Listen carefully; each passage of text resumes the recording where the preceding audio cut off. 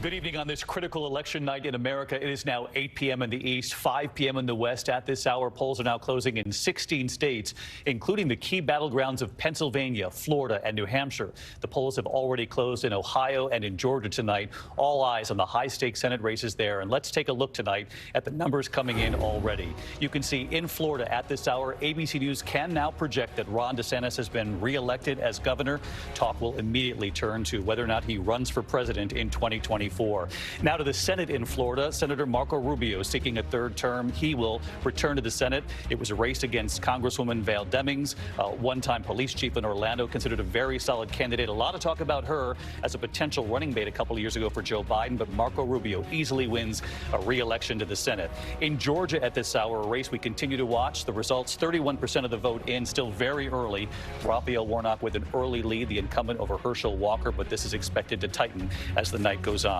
In Pennsylvania tonight, the polls have just closed. We're tracking this. The numbers expected at any moment. Our first batch of data, John Fetterman up against Mehmet Oz, obviously in Pennsylvania. The whole country aware of this race. We'll come back to that in just a moment. Up to the north in New Hampshire, Senator Maggie Hassan seeking a second term. She won the last time by just about 1,000 votes.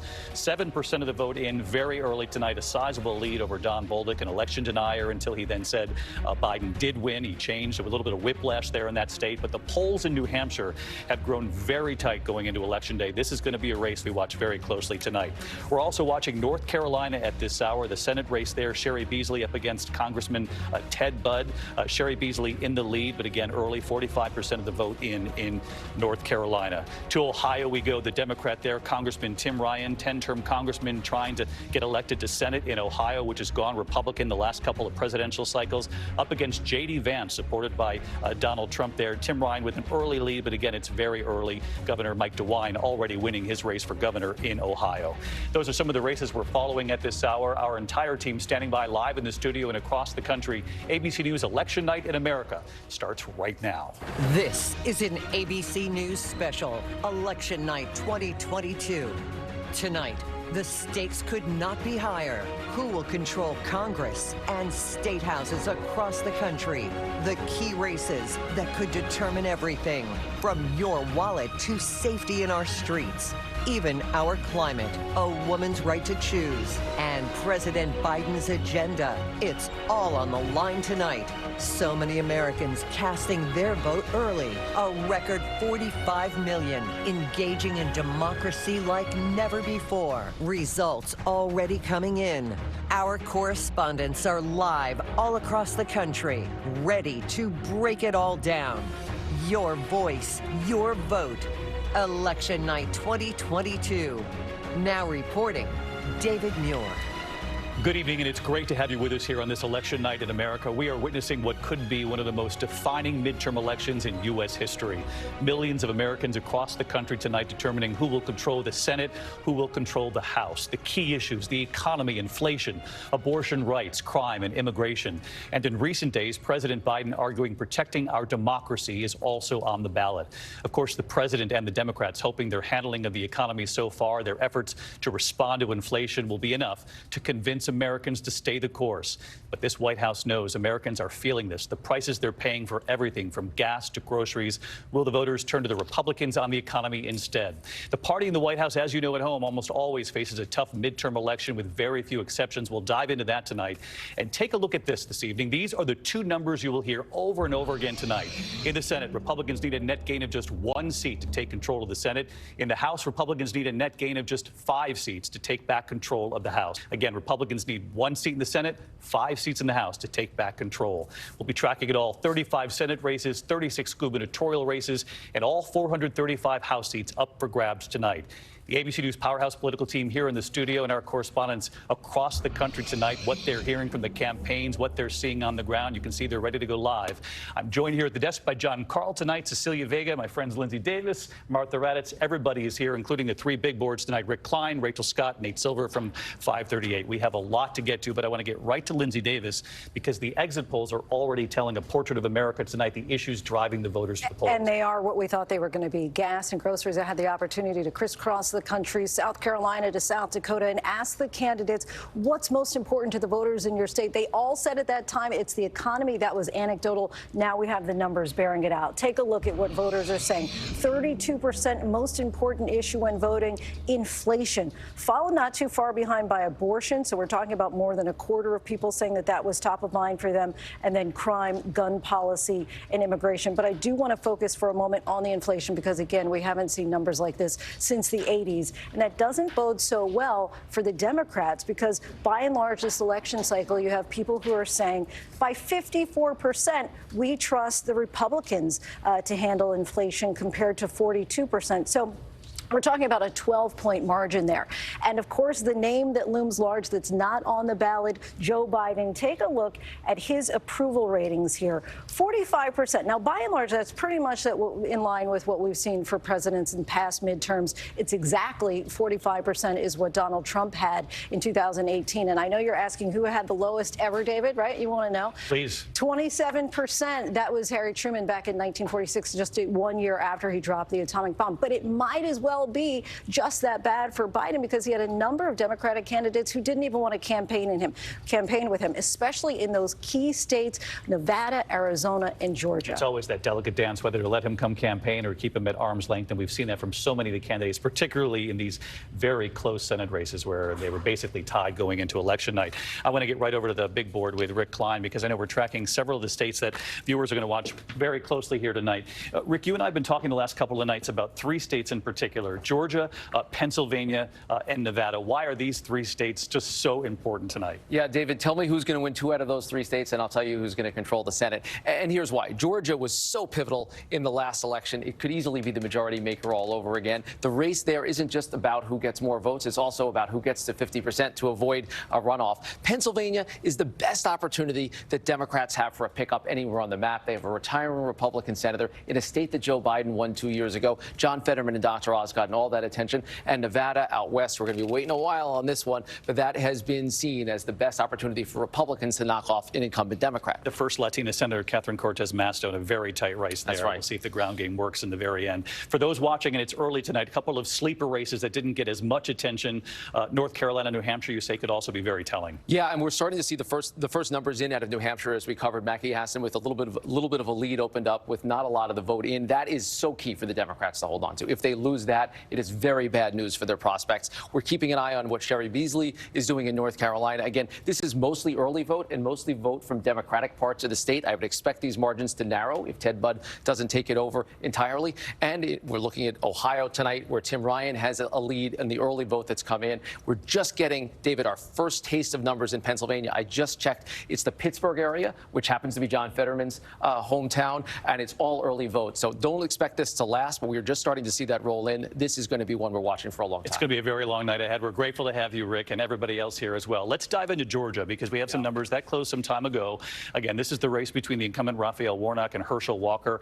Very tight. And so far, Raphael Warnock performing slightly above the benchmark where he needs to be. Exactly. We're keeping an eye on some of the most populous counties because that's frankly where the Democrats live and where most of the voters are in the state. And you take a look at Fulton County, the Atlanta area. Most of the vote we've had in so far is the early in-person vote. It is going to skew heavily Democratic. That said, take a look at how Joe Biden did there. About 72% of the vote. Raphael Warnock is ahead of that. And for our purposes, maybe just as important, what does he need to do to break even? What does he need to do in this part of the state? He needs to be getting about 72. Right now, sitting at 75. Again, a lot of vote left. This is really fascinating because this is a new tool for viewers at home to sort of follow along the night with us. This is the benchmark where he would need to be performing in order to have a decent night at the end of the night. And he's actually outperforming in Fulton County. Exactly. Both candidates. We see the number there. We can do it in just about every battleground state tonight. I'm curious, big governor's race in Georgia as well. You've got the rematch between Brian Kemp and Stacey Abrams.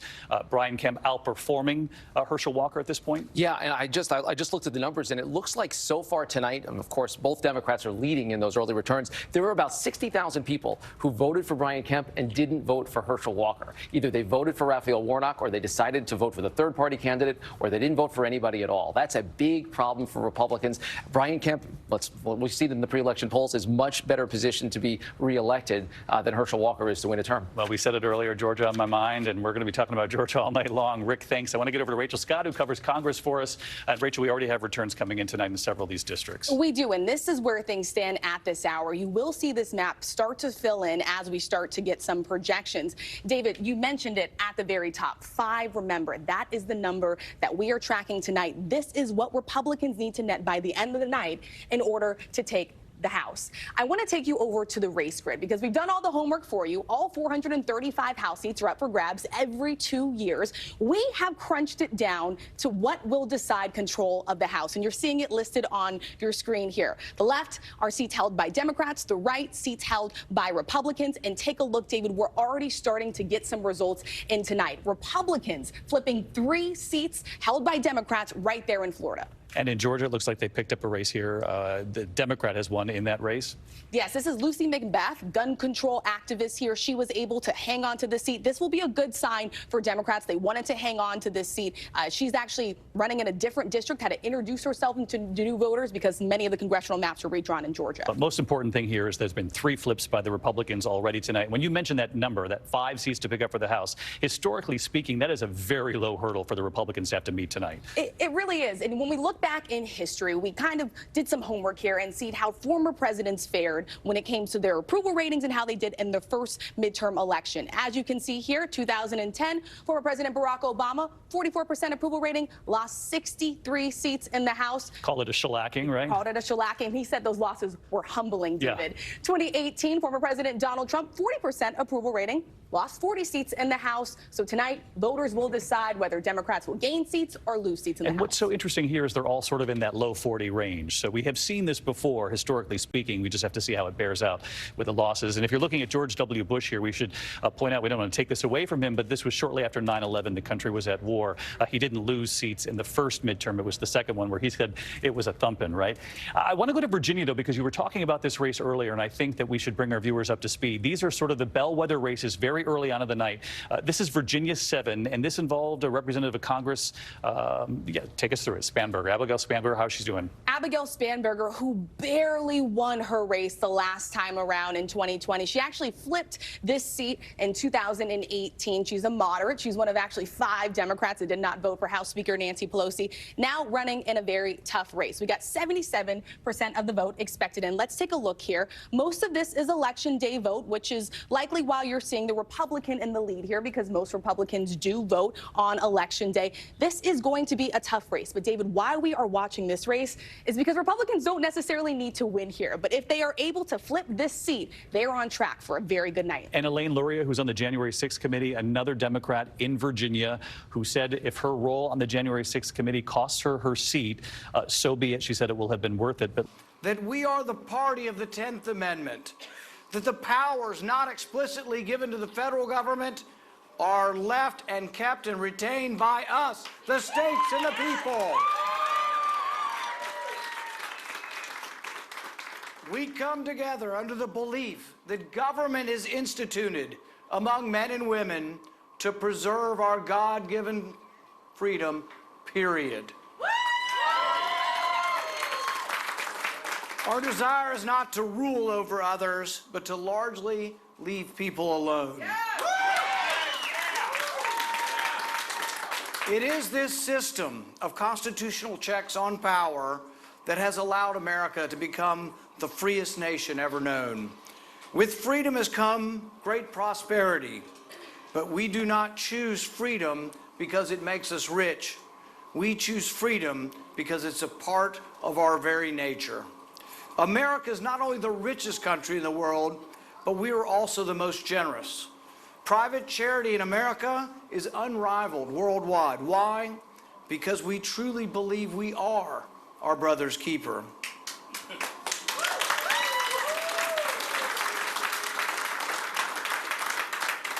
It is my hope that as our nation moves forward, the anger, the vitriol, and even the death threats will abate. Yes. Surely there is common cause in the concept that a limited constitutional government allows people from all walks of life to live peacefully together as long as they don't commit aggression against others. Surely the concept of local rule can allow cities and states to express their social mores in a varied fashion. The genius of federalism is that while we are bound together as one nation, we are still free to express ourselves and our significant differences state by state and city by city.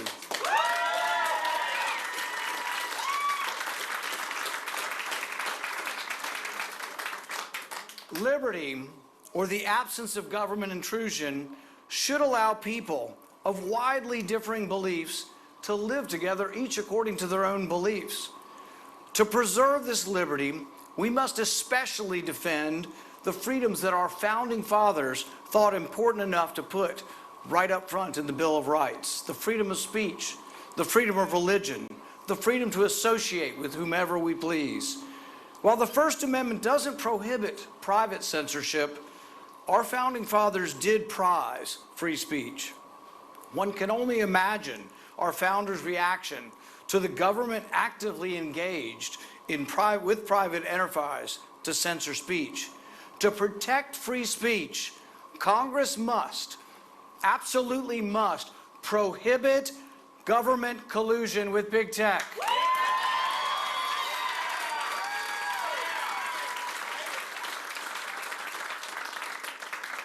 If America cares enough about protecting free speech, Americans should reject, and if need be, boycott companies that censor our speech.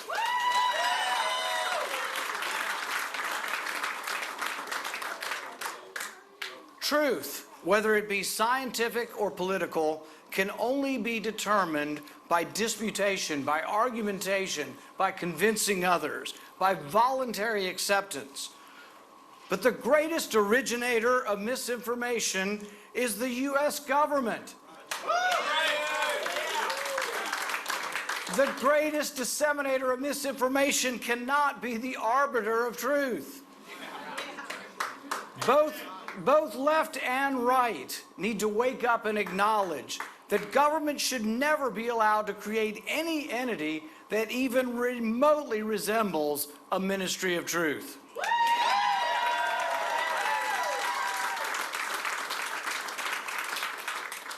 And no bureaucrat, are you listening, Dr. Fauci? No bureaucrat should be above the law. No bureaucrat should be allowed to deny information to Congress, and no bureaucrat should be allowed to lie to Congress.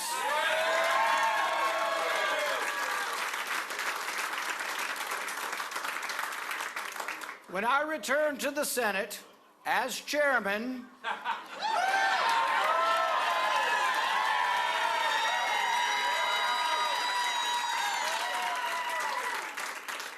I promise you this: the COVID cover-up will end. Yeah!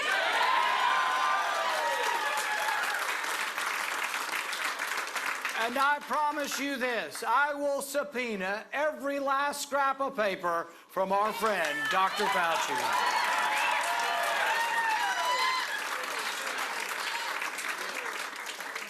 At least 6 million people died worldwide from COVID, and Congress has not had one hearing into the origins of the virus. As chairman, I will not only hold Dr. Fauci accountable, we will finally investigate why your tax dollars were sent to fund dangerous research in Wuhan, and we will make sure it never happens again.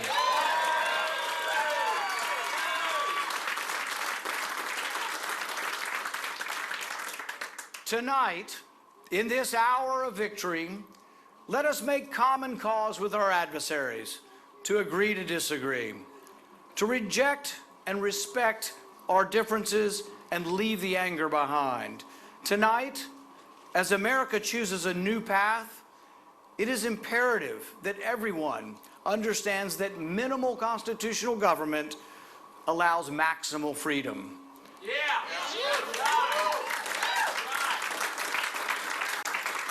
Liberty should bring people together because each and every citizen is left alone to enjoy their own personal freedoms. Liberty is that great harmonizer that allows us to live together despite our differences.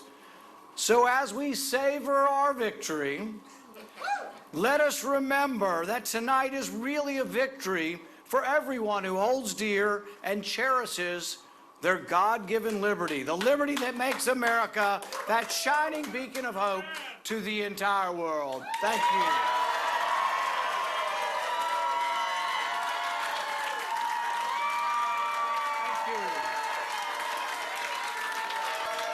Thank you. Thank you.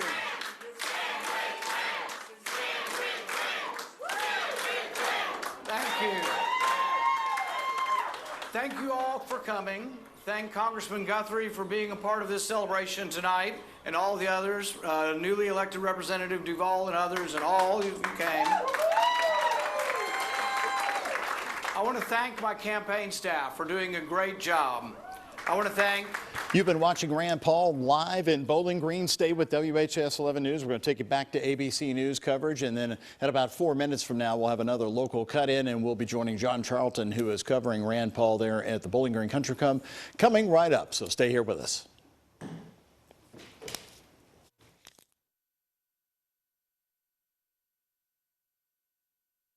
His fourth two-year term. He has stood up to Trump, been critical of him before. He's also been asked if he's going to run for president in 2024. He says he doesn't know.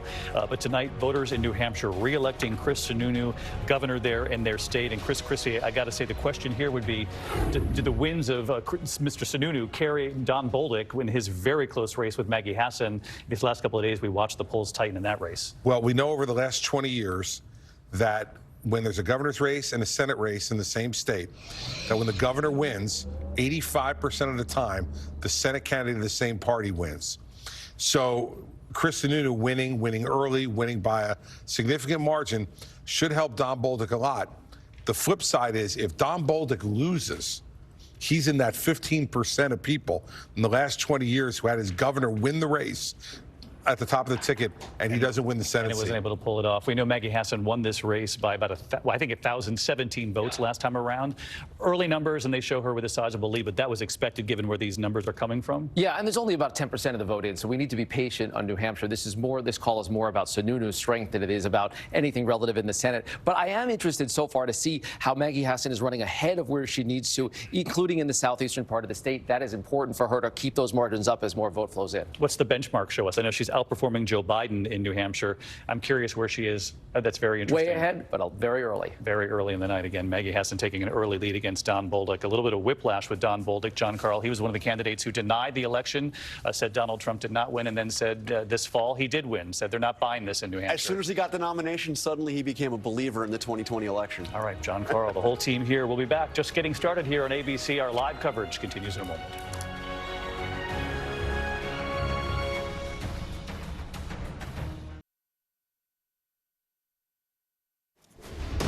This is a live special report, an election update from WHAS 11 News. Hello, everybody. I'm Doug Proffitt. Glad to be here with you for the next 5 minutes as we are getting a local news cut in from ABC News. We're going to follow the top races as you just watched Rand Paul's victory speech down in Bowling Green. We'll be going there live in a minute, but first let's check in with the Louisville mayor's race. This is expected to be a close race throughout the evening.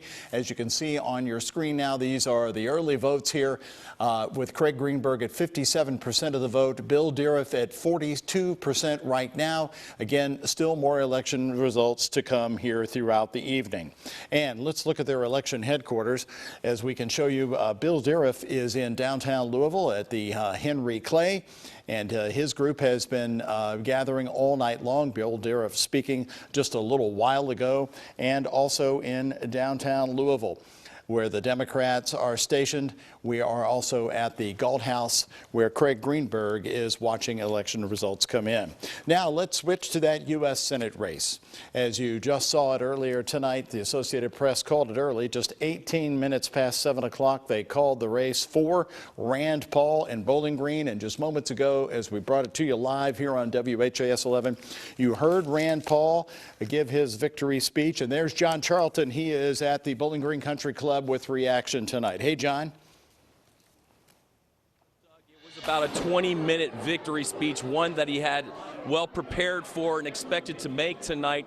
You can see Senator Paul behind me greeting some of his supporters who have been out here for several hours expecting a victory tonight for his third term, and that is indeed what happened. Now, that victory, the race was actually called, as you said, about 20 minutes after polls closed, actually here in Bowling Green. That would be 20 after 6 Central Time, so 20 after 7 Eastern. Now, when he did make that speech today, he started it by saying, "Welcome to the Dr. Fauci retirement party," and he did talk to the folks here saying that he will go after Dr. Fauci. He'll continue to go after Dr. Fauci when he goes back to Congress, and he is chairman and will subpoena every single document that he linked to what he calls is the COVID cover-up. He also talked about today's victory being a victory for liberty. We need to remember that we don't come together to celebrate the concentration of power. We come together to rejoice in the dissipation of power.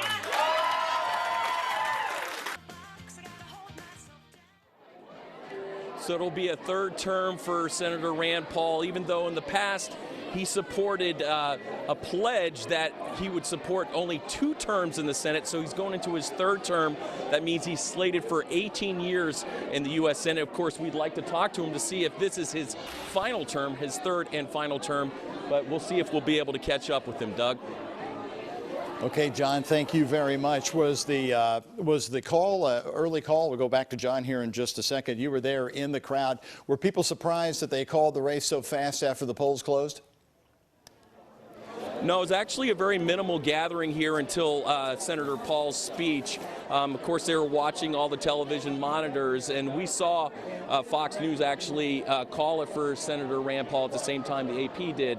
So once that happened, everybody started slowly gathering here, and then soon after, Senator Paul did come out here making that speech with his wife introducing him, Doug.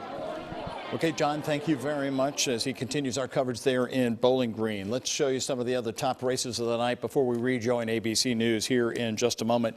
Amendment number 2, which would ban abortion in Kentucky, as you can see right here with 40% of the vote reporting right now. Amendment number 2 is going down at the moment. Amendment number 2 is losing 58% on the no votes, 42% on the yes votes. Let's talk about amendment number 1, which essentially, if you boil this down, it would have taken power away from the governor and given more power to the Kentucky legislature.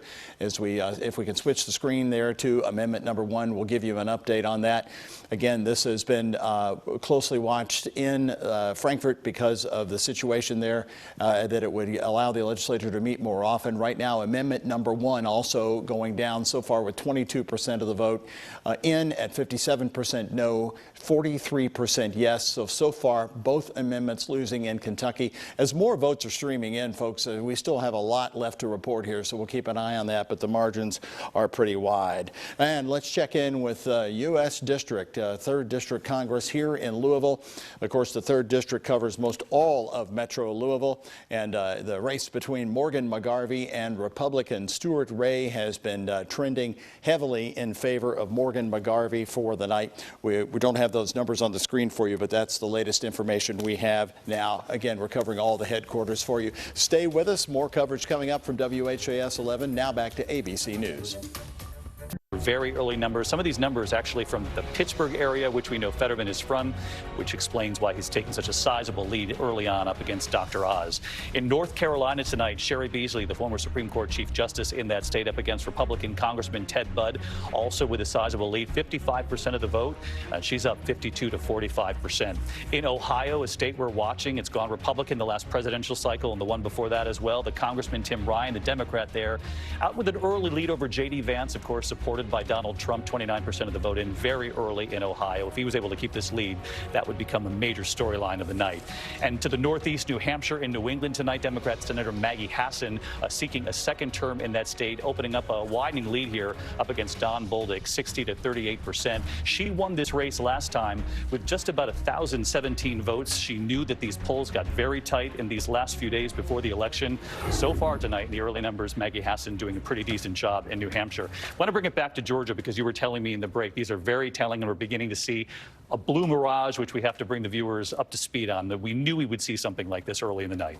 Look, David, there's two big things that you're watching as vote comes in: where the vote comes from and what kind of vote we're talking about. Starting with the what kind, about 60% of the vote in Georgia expected to be early or absentee, and we're seeing Raphael Warnock winning that by about 10 points. What this means is that Herschel Walker has to win the election day vote with about a 60-40 margin. Not impossible, but it just tells you how he has to make it up. And when you look at where the vote is coming in, there's a couple of suburban counties that are starting to come in. When you compare it to our benchmarks, Raphael Warnock is hitting his numbers in Cobb County, just north of the city, also Gwinnett County, getting a little bit above where he needs to do. But again, most of that vote so far is early, and that doesn't necessarily mean it's going to hold up. So when you see a lead for John Fetterman early on, when you see a lead for Tim Ryan, when you see a lead even for Sherry Beasley, this reflects the fact that more Democratic parts of the state are reporting early, and that it's early vote in many cases. Often see that. I want to go back to Georgia for just a second because of this benchmark that we have, this new tool this year. And I want to show viewers at home, just show me the metro Atlanta area tonight and just how Raphael Warnock is performing against the benchmark, where he would need to be in order for this to end well for him tonight. 72% the benchmark from 538? Yeah, so that means that Raphael Warnock in Fulton County, huge part of Atlanta. Atlanta itself is about 50% of all the vote in the state of Georgia. Fulton County, the biggest county, and Raphael Warnock would need to be getting about 3/4 of the vote, about a little north of 70% to break even, and he is there. Again, the question about whether this is going to tighten a little bit. We're seeing a lot of people not voting for Herschel Walker who voted at the top of the ticket. And how's Raphael Warnock doing up against Joe Biden's numbers there? Yeah, so the other way to look at this is, of course, Joe Biden won, and you're seeing, again, Warnock ahead of him there and in some of the other parts in and around Atlanta. Very interesting. Let's swing it over to Governor Chris Christie. You're getting some information from on the ground in Georgia about Herschel Walker's performance tonight? Yeah, earlier, David, we were saying that Walker was initially trailing 3.5 points behind Kemp's performance. That's now increased. And they're now consistently seeing across the state Walker trailing Kemp by 5. Now, that becomes a huge problem for Walker. If you trail Kemp by 5, that puts you probably somewhere in the 48% range. That may still lead to a runoff, but if he stays consistently 5 points behind Brian Kemp, Herschel Walker's in big trouble. And we're looking at the potential of some split ticket voting here in Georgia. That's exactly what it is. Look, it's that you've got Republicans who are voting Kemp at the top of the ticket, and right now they're saying consistently throughout Georgia they are seeing Walker's totals in those same votes being 5% behind Kemp. Donna Brazil, you got to be happy with what you're seeing from Raphael Warnock tonight. I'm happy that Georgia's on the map because for years we couldn't find a southern state to even run credible campaigns. But look, since 2018, Stacey Abrams in the terrific job that she did on the ground game, she put Georgia in play for the 2020 presidential. Of course, the Democrats won 2 Senate seats. Tonight, what you're seeing is Democrats coming out, but also independents favoring Democrats, at least right now we know on the Senate side. Donna Brazil tonight. Donna with us all night long as well. I want to get out to Steve Osensami, who's live in Georgia, lives in Georgia, covers that state for us, and he's having a little deja vu tonight, a couple of these rematches that we're following. But in this race against Raphael Warnock and Herschel Walker, Steve, the Warnock team's got to be happy with what they're seeing so far. Yes, you know, they were cheering here tonight as they saw the numbers, but they're also realizing that, you know, those numbers could continue to drop. I think that I want to underline a point that there is a big difference here between how many voters saw Raphael Warnock and Stacey Abrams. And so some of the differences you're seeing in the two races have a lot to do with the candidate and also have a lot to do with the incumbents. In the Georgia governor race, one thing I want to underline is that Brian Kemp gets a lot of sunshine from some voters on the left for his performance during COVID-19 and his easing of the restrictions before other states. There are a lot of black small business owners, for example, who I know personally, who told me that they are voting for Brian Kemp because they worry that if Stacey Abrams, for example, were to win office and we would find ourselves in another situation, how she would perform and the decisions that she would make. So a lot of split ticket voting on both sides of the aisle. Steve Osunsami in Georgia for us tonight. Steve, thanks so much. I want to put back up on the board these two races from Florida, which we were able to call very early tonight. We all took note of that here in the studio. Not only the governor's race, Ron DeSantis reelected as governor there, but Marco Rubio, the senator, easily beating Val Demings, the congresswoman. A lot of talk about Val Demings a couple of years ago, potential running mate for Joe Biden. She was the first female police chief in Orlando, very strong candidate, but Marco Rubio sailing to reelection there in the Senate. Let's get right to Ron DeSantis. Cecilia Vega, you're just back from Florida, and the conversation almost immediately turns to what's he going to do in 2024? I'm surprised. It's 8:37, David. I'm surprised it took us this long to say 2024 tonight, because that's what this race is very much about. No surprise on calling Ron DeSantis for this one. Really what this does is solidifies his standing in the party. When you talk to Democrats, when you talk to folks inside the White House, they're going to tell you they firmly believe Ron DeSantis is a smarter version of Donald Trump. That's what they say privately behind his back. They see him as a clear political threat, and we know he's been a huge thorn in the White House's side. We saw that thawing after Hurricane Ian.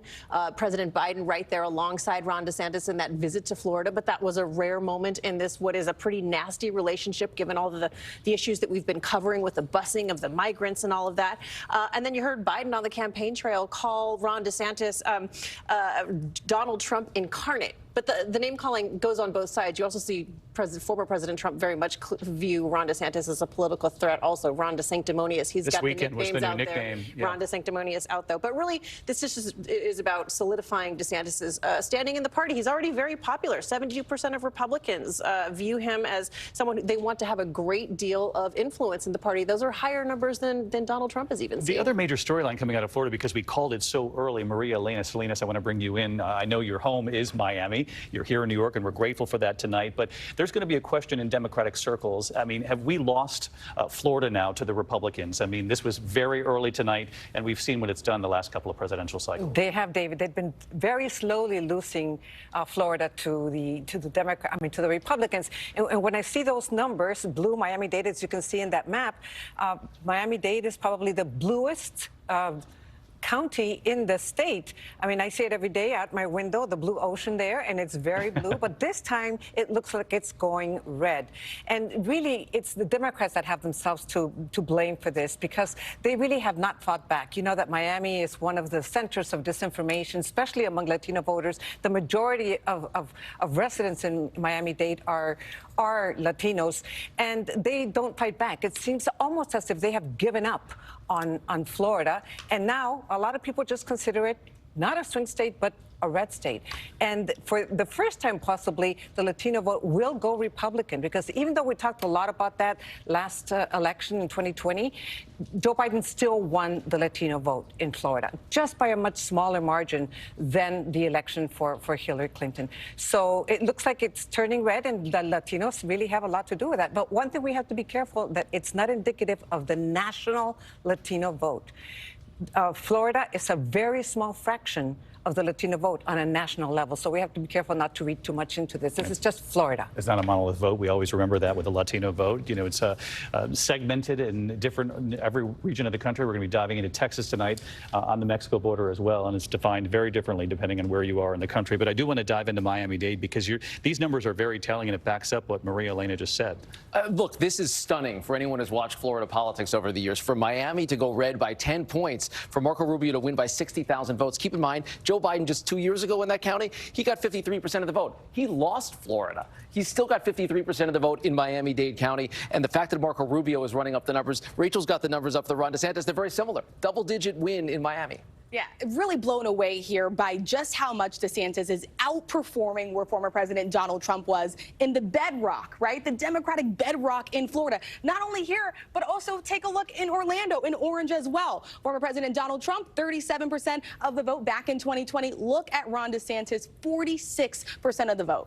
You had just today, Donald Trump in that interview warning, if you will, Ron DeSantis not to run for now. Otherwise, he could be hurt by running. Yeah, and look, and he's. You talk to people close to Trump, and they will tell you that he is ready to come down hard on Ron DeSantis. But how do you do that now? Ron DeSantis just won decisively re-election in Florida, despite the fact that Donald Trump never endorsed him, didn't campaign with him. There's like a Cold War between the two of them, and yet Ron DeSantis wins. Somebody who was created by Donald Trump, but now has gone beyond Donald Trump. But mark this: Florida has always been, for our lifetimes, the decisive swing state, or at least one of a handful of decisive swing states. And now it's Florida, Republican. You know, heck, they haven't elected a Democratic governor since Lawton Chiles beat Jeb Bush in 1994. 1994. That's why John Carl's here. He's got. I want to get to Victor Kenda, who's live in Florida, because there is going to be a lot of soul searching within the Democratic Party. You know, the question: have they given up on Florida? Did they give Val Demings, Charlie Crist enough attention? Well, David, we are here inside of Ron DeSantis' election headquarters in the Tampa Convention Center. This room is just ready to explode. And as joyous as everyone is here inside this room right now, they are feeling the exact opposite way on the Democratic side of the ticket right now. I spent the day talking to a few Democrats. Let me just give you a couple bullet points of what I was told. The Democratic Party in Florida needs to clean house. There has been a failure of leadership, and we are getting our butts kicked. They acknowledge how the Republicans more disciplined. They show up to the polls. Voter turnout very low on the Democratic side. They feel that they have dropped the ball here in the Sunshine State, especially on voter registration, and they have serious concerns about the future of the party in this state. Remember, Florida, it turned blue for Barack Obama twice. A much different story right now in 2022. Yeah, David? very strong performance from Ron DeSantis in Florida, as well as Marco Rubio tonight. The picture from Florida, and we're just getting started. New numbers from Georgia, Pennsylvania, New Hampshire, Ohio. We're going to have those numbers for you as we continue our live coverage here. ABC News coverage of the midterm election night 2022. Your voice, your vote. We'll be right back here in a moment.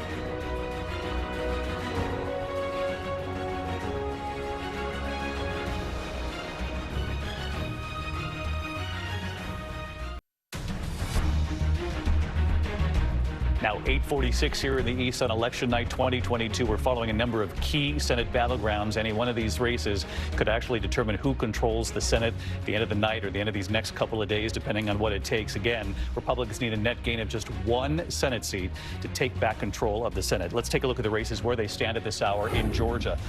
Raphael Warnock in the lead, 51% to Herschel Walker's 47%. 47% of the vote in this race. We're starting to get a clearer picture here. Lead, not too big, but a lead that the Warnock campaign's very happy with at this hour. To Pennsylvania we go, and of course the numbers are very early in Pennsylvania, just 8% of the vote in, and again, that's a region where John Fetterman is from, expected to do well there. In Ohio tonight, the Democrat Tim Ryan up against J.D. Vance, supported by Donald Trump in that state.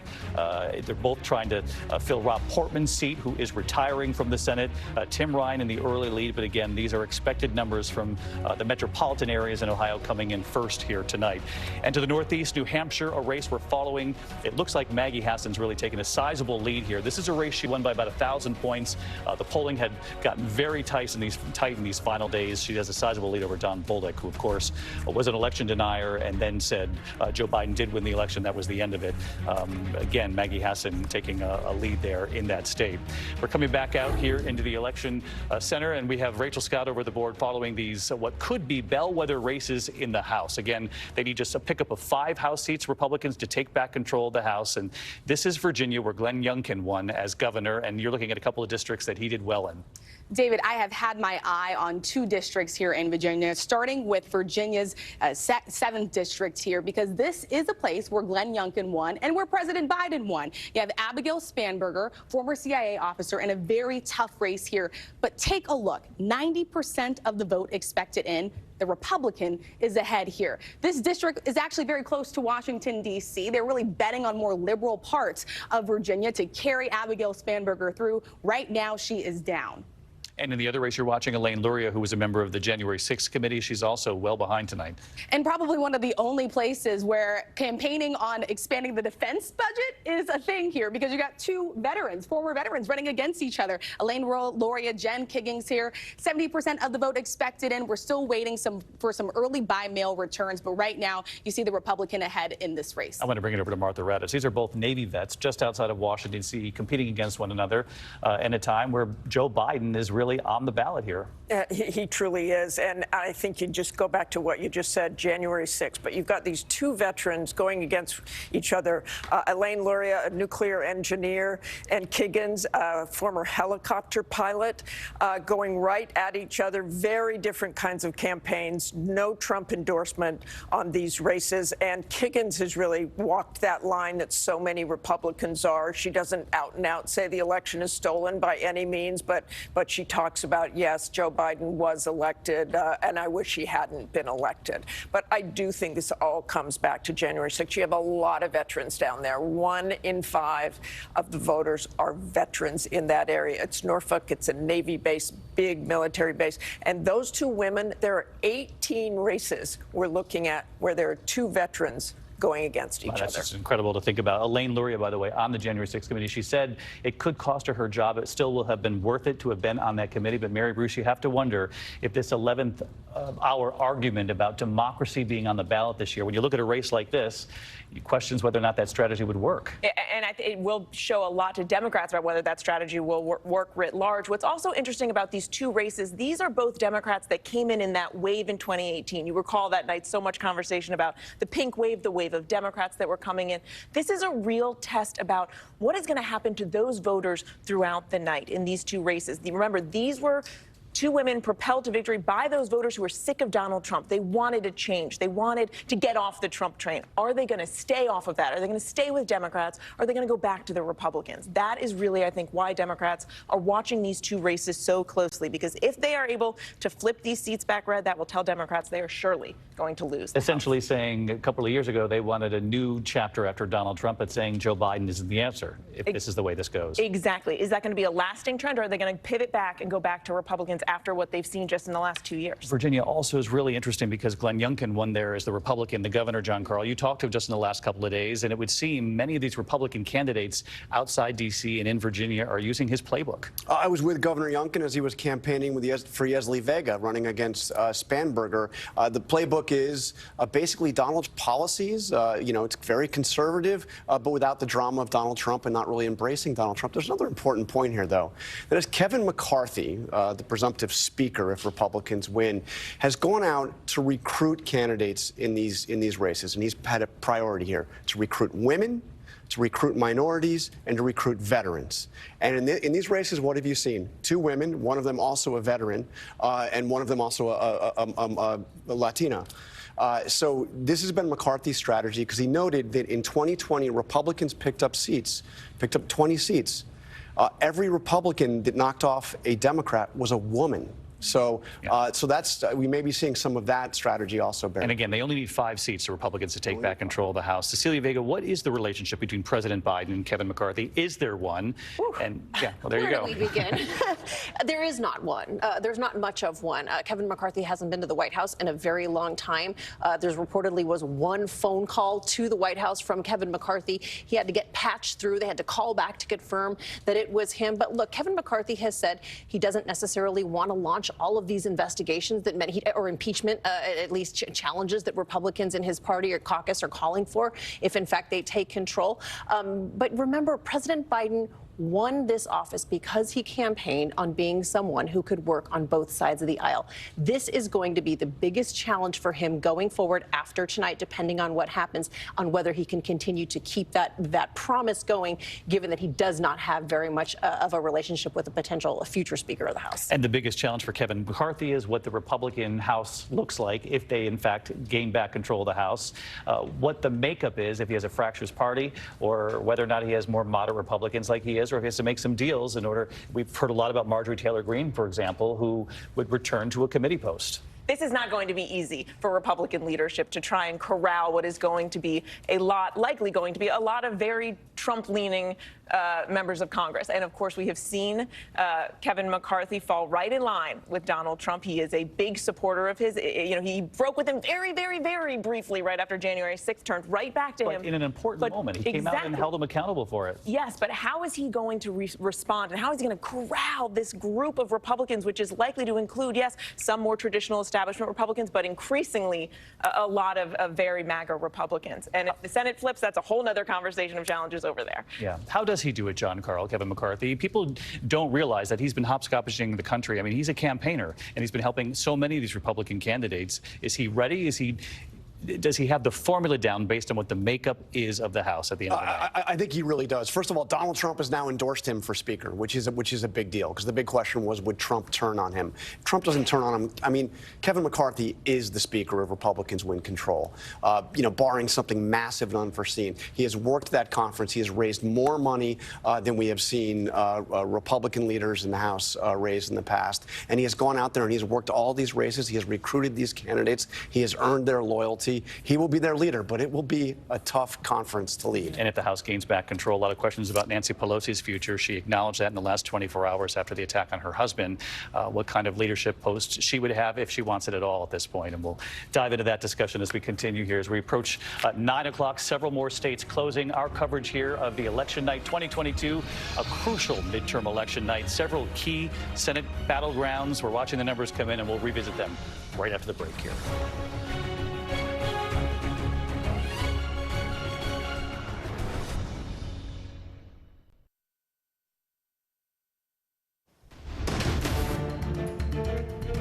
This is a live special election report from WHAS 11 News. Hello, everybody. I'm Doug Prophet. We are carrying victory speeches for you live right now, and Morgan McGarvey is your next U.S. Congressman representing the 3rd District of Louisville. As you can see, he beats Republican Stuart Ray, 66% to 34% of the vote. He will be the only U.S. House seat in Kentucky held by Democrats. Let's go live to Morgan McGarvey, downtown Louisville. Charles Booker on a hard-fought campaign. Yep.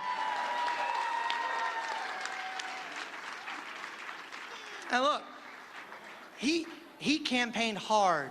He made history in Kentucky. And while the votes didn't go our way in that race tonight, I believe we are truly all better off for his candidacy and his campaign.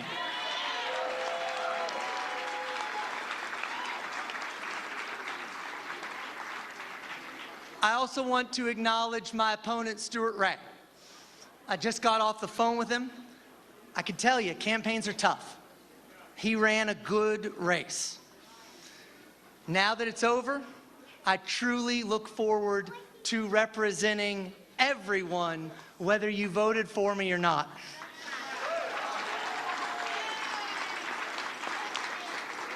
To paraphrase the old spiritual, from Louisville to Frankfurt and now to Washington, I am glad to be in your service one more time.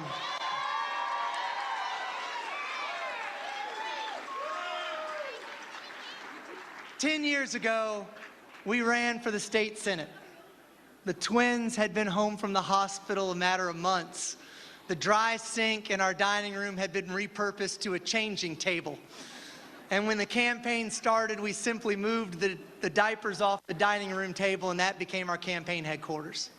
The unfinished basement became our yard sign distribution center and factory.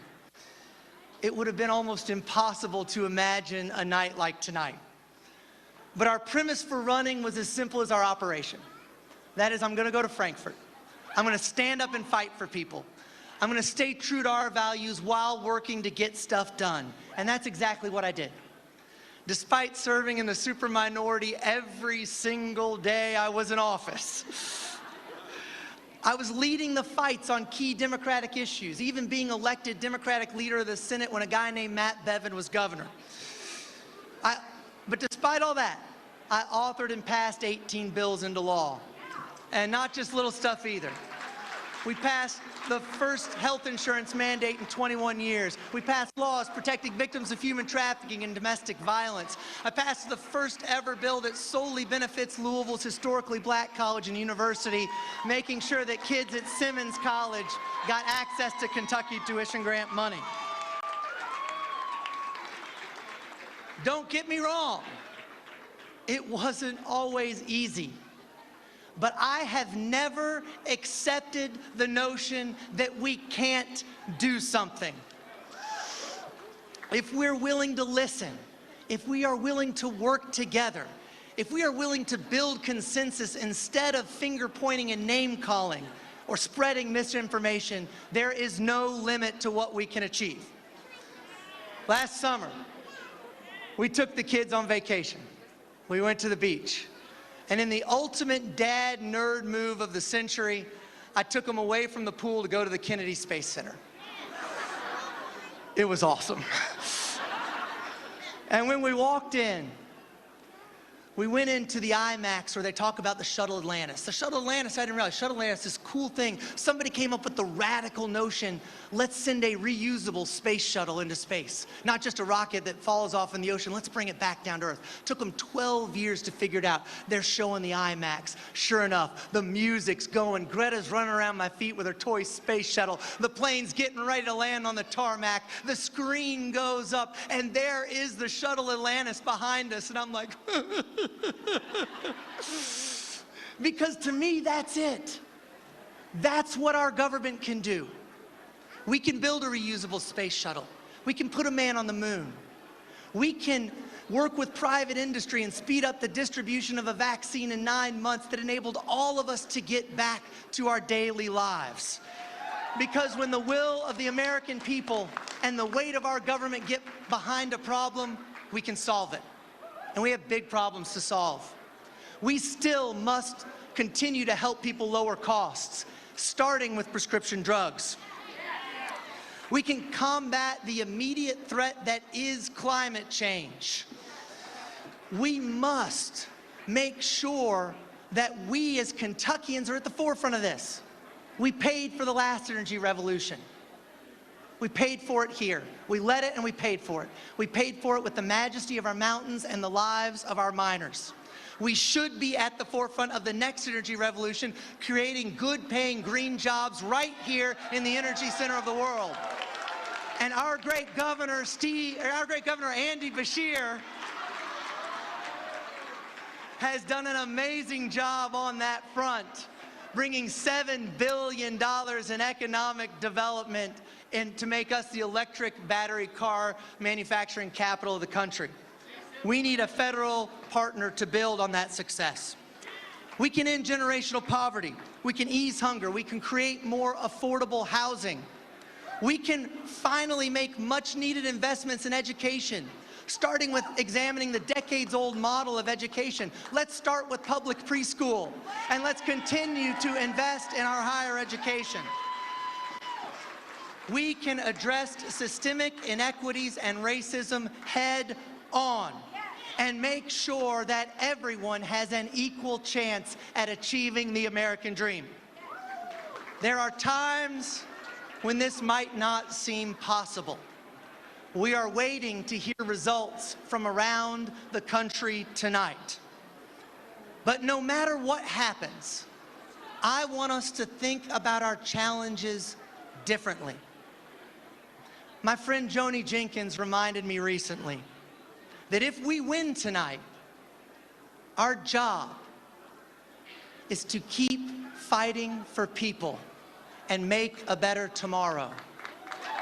But if we lose tonight, our job is to keep fighting for people and make a better tomorrow. We don't get to vote for 435 members of Congress. We get to vote for one. And I promise to do my best to keep us moving in the right direction. The reality is, our American experiment has never been perfect. Our greatness comes from our continued willingness to work toward that more perfect union. I am so excited to begin this journey, but I wouldn't be able to do this without the help of so many who've been there for me along the way, many of whom are here tonight. I first of all have to thank my amazing staff and my amazing campaign team for all the work they've done over the last 13 months. They have run an amazing operation. I want to hear a big shout out for the men and women of organized labor for being our boots on the ground and creating the middle class here in this community and in this country. I've got to thank all of my family and friends, starting with my parents on the front row and everyone here, whether you put up a yard sign, whether you knocked on a door, whether you helped with the campaign, whether you even just watched the kids when we were busy. To all of you, thank you. I want to thank someone who's not here tonight. And for those of you who knew him, my friend David Hopp, while not physically present, is here tonight as well, and I thank him.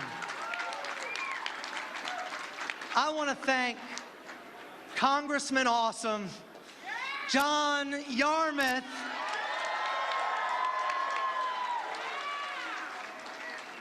for his incredible 16 years of service.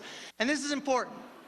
You guys remember about John Yarmuth. Yes, he's up here giving the speech. Yes, he gets the ovations. Yes, he's chairman of the House Budget Committee. But I want you to think back to this night 16 years ago. Nobody thought this was possible. In fact, John, I went back and I pulled the Cook Political Report's final update of the 2006 campaign. And here's what they said. November 6, 2006. Representative Ann Northup will win re-election over John Yarmuth. There are signs Northup is very worried about her re-election prospects. But Yarmuth isn't a much stronger candidate than the one Democrats fielded in 2004 when she convincingly won with 60% of the vote. We suspect Northup finds a way to win. John Yarmuth not only won that race, he set forth the blueprint of what it means to run as a Democrat in Jefferson County and Kentucky. They said he couldn't win, and they said he couldn't win because he'd been at the Leo. He'd written so many things. He'd championed so many wonderful causes. They said he can't win. He's written too much down of what he thinks. Well, let me tell you how his career ends. It ends with him writing the American Rescue Plan Act and the infrastructure bill that has put our country on the right direction. John, from the bottom of all of our hearts, thank you.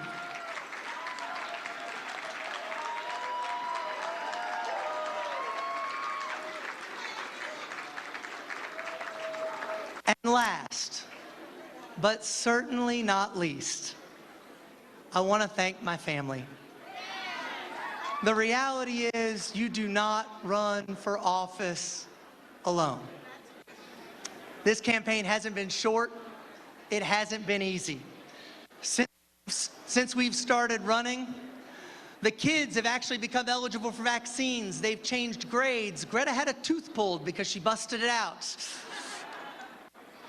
They've all learned the importance of yard signs and knocking on doors. And then there's Chris. I'll tell you, of all the speeches I've given, of all the parts I've written, this has been the hardest. It seems perfunctory to thank a spouse. There is nothing perfunctory about Chris Danner McGarvey.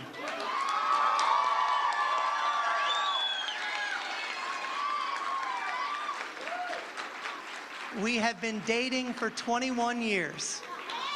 She is the love of my life. She makes me better in every way, whether she's challenging or praising, and mostly challenging. She is the breadwinner of our family. She does the invisible work that so few people get credit for, because she's the one who keeps track of the soccer schedule. She's the one who gets contacted for play dates. She's the one who's worried about whether the uniform's clean or the lunches are made. And she does it all without anybody seeing her sweat. She quite simply is the star that keeps the rest of us in orbit. And we couldn't do this without her.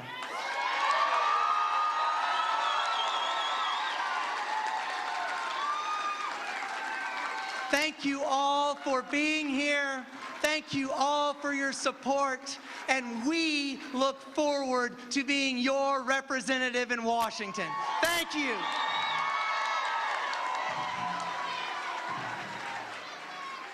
And there you have it, the victory speech from your new U.S. Congressman representing the 3rd District of Louisville, Morgan McGarvey of Louisville. He now, again, continues the long Democratic stronghold on this seat, the only U.S. House seat in Kentucky held by Democrats at the moment. A couple of facts that we are following here tonight. We are keeping a close eye on the Jefferson County clerk's race, where Democrat Tina Ward Pugh is up over longtime Republican Bobby Holsclaw. One race to keep an eye on there on your screen. Craig Greenberg in the mayor's race, leading by 20,000 votes over Republican Bill Deriff. We'll be watching that through the evening. And amendment number 2, even the most conservative districts in Kentucky are voting no, defeating the abortion amendment to this point. I'm Doug Profit. Stay with WHAS 11 News for more coverage coming your way as Morgan McGarvey defeats the Republican Stuart Ray in tonight's race. See you in just a moment.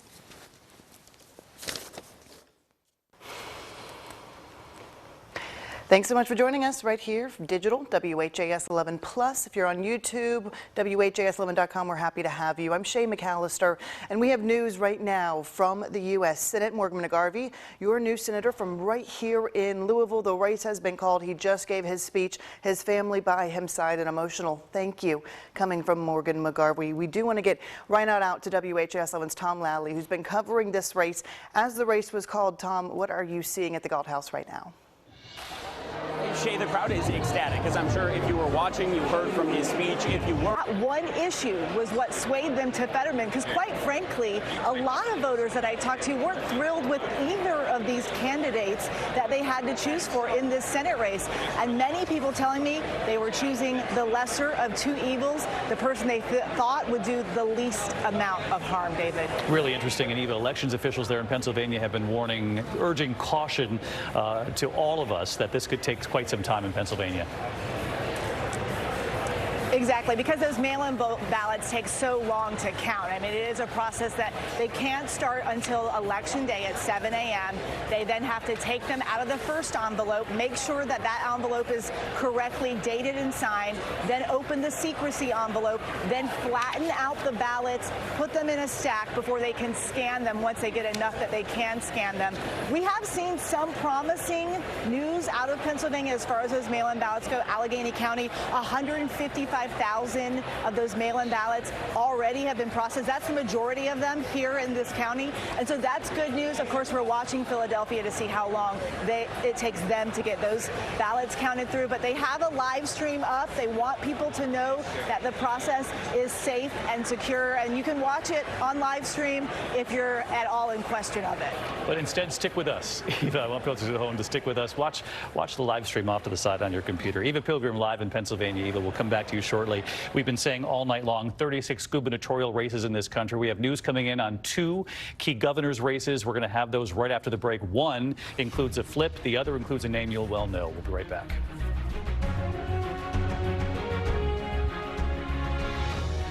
Your voice, your vote, live on ABC.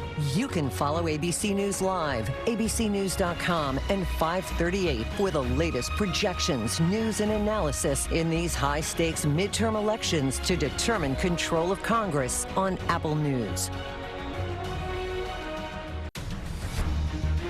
Welcome back to ABC News Live coverage of this crucial midterm election. You can see the tallies there. All the Republicans need is a gain of 1 seat in the Senate to take back control.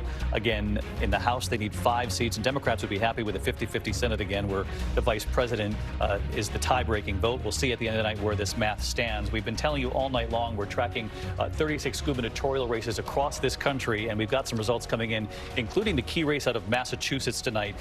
The retiring moderate Republican Governor Charlie Baker, very popular in Massachusetts. The Democrat has won that race, making history tonight. Maura Healey, the Attorney General. She is the first lesbian governor, the first woman elected governor of Massachusetts. Martha Raddatz standing by on Maura Healey here. We'll have more on her in a moment. In Arkansas, this is a name you will know very well. The Republican winning there, Sarah Huckabee Sanders, now the governor of Arkansas. Cecilia John, you worked with Sarah Huckabee, asking her questions at the White House during the Trump years. She's now the governor. She follows in her father's footsteps there in Arkansas. Arkansas Senate tonight, John Ron Bozeman has been seeking a third-term re-elected. He'll go back to the Senate. In Kansas, the Senate winner there is Senator Jerry Moran, seeking his third term, headed back to the Senate. South Dakota tonight, John Thune had sought a fourth-term projected winner there. Not a surprise, though he was one of 3 incumbent Republicans the former President Trump did not endorse in this race. He wins anyway, very popular in his state. In Alabama tonight, Katie Britt, the former chief of staff, by the way, to the retiring Senator Richard Shelby. She now goes from chief of staff to the senator herself. Katie Britt will serve Alabama in the Senate. In Oklahoma tonight, the only state with 2 Senate races, James Lankford reelected for a second full term, and Congressman Mark Wayne Mullen will now serve as a senator for Oklahoma. He's been elected there as well. And in Vermont tonight, Peter Welch looking to trade his role in Congress to head of the Senate instead. He has won his race, the 8-term congressman, now the senator from Vermont. We're here with the entire powerhouse political team. I want to bring it right over to Martha Raddatz, who's been tracking. You and I both covered Massachusetts politics for many years at WCVB, and Maura Healey is a big story in Massachusetts. It's a big story because, as you know, David, the governor there has been Republican for most of the past 30 years. But Maura Healey, the projected winner there, she will become, as you said, the first elected female governor and also the first openly gay governor in Massachusetts. But let me just tell you a little bit about her opponent, Jeff Deal. He continued to tie himself to Donald Trump. Donald Trump lost by 36 points in Massachusetts. As you know, David, it is a deep, deep red state. Maura Healey, an AG, sued Trump many, many, many times, about 100 times. This is my favorite quote from her, though. She loved being AG, but her second favorite job was a cocktail waitress at a beach casino. I can relate. We can I can relate. The part we can't relate to is she played, I think, for Harvard basketball, right? And played overseas for a short stint in Europe. Played very, and we in can't fact, relate there. we can't relate there. I definitely can't. I have no sports analogies this evening, okay? Everybody else going to have to take But it is interesting. It is a deep blue state, but they have had a history of electing Republican governors. Mitt Romney. Yeah. Mitt Romney from that state as well. Mitt Romney. And Charlie Baker was a hugely, hugely popular governor there. And, you know, the opponent the Republicans put up basically didn't have a chance. Cecilia and John, what did you think about Sarah Huckabee Sanders? Do you picture her becoming governor? I mean, look, she kind of grew up in the governor's mansion. Her father, Mike Huckabee, was governor of Arkansas. It's quite astounding to see her go from a relatively junior person on the Trump campaign, junior person in the press office at first, rise up to be the press secretary and become governor. I mean, she is, you know, a star that was made by Donald Trump in terms of, you know, Republican politics. But in Arkansas, she was already obviously very well known. And he stuck with her for a long time. He was a fan of Sarah Huckabee Sanders. And she stuck with him. The ads that have come out of her campaign have been fascinating to watch. There is, there have been love letters to Donald Trump and highlighting her time in the White House. You see shots of her walking with Ivanka Trump and the entire first family, and her in the White House with former President Trump. So no surprise there. And the campaign, frankly, has been no surprise in terms of the issues that she has focused on. A lot of kitchen table issues, a lot of you know, things like school rights, particularly, and COVID rights and things like that. All right, Cecilia, John, thanks. She's a name that the country will know from the Trump years, taking the questions, the reporters in that room, the two of you included. Real quick before we go to break, Rick, you've got an update on Georgia at this hour? Yeah, we've seen a lot more votes starting to come in. Raphael Warnock has taken a lead over Herschel Walker, still only about a little less than 2/3 of the votes. It's about 100,000 votes in counting, though, that Brian Kemp has that Herschel Walker is missing. Those split ticket voters looming very large. We're starting to see a lot more come in Atlanta and the suburbs. In all of these, almost all of these places, we're seeing Raphael Warnock outperform the benchmark, say a little bit ahead of where he needs to go. The key for him, this is where the Democratic voters are. I'm going to be keyed into some of these suburbs north of the city. Some of these places are Republican, but we're seeing Raphael Warnock cut into the kind of margins, even in more Republican areas, people leaving that name blank or splitting their ticket. It's really interesting. Only 64% of the vote in, but this tracks with what Governor Christie was hearing from folks on the ground there, that Brian Kemp is outperforming what Herschel Walker is doing among Republicans, and that this could be a state where we're talking about split ticket voters. And it has an impact, at least now with the early returns. Look at that number, 51% for Raphael Warnock, based on what we have so far. If you go over to the governor's race, we see just about the exact opposite. Brian Kemp north of that 50% mark. And of course, in Georgia, 50% matters because that's the only way you avoid a runoff. So we possibly could be facing a runoff if we don't get 50 plus 1, right? But at least the runoff is just, what, 4 weeks from now instead of what it was the last time we did this? Mercifully, it's 1 month instead of 2 months this time around. But look, if control of the Senate is on the line, it's going to be a very big deal. And I've talked to people in both parties the last couple of days who feel like it's almost an inevitability. Right now, Herschel Walker a little north of that, or a little south of where he needs to go to avoid it. Brian Kemp a little north of it. We're going to see these numbers change a lot, though. Again, only about 65% of the expected vote. Well, you were telling us for many nights now, Georgia, and here we are, you at the board in front of Georgia. We have news. Governor Jared Polis of Colorado has been reelected governor there. The news coming in just as I was talking to Rick over here again. Governor Polis reelected in Colorado. More coming up right after the break. More polls closing. We'll be right back.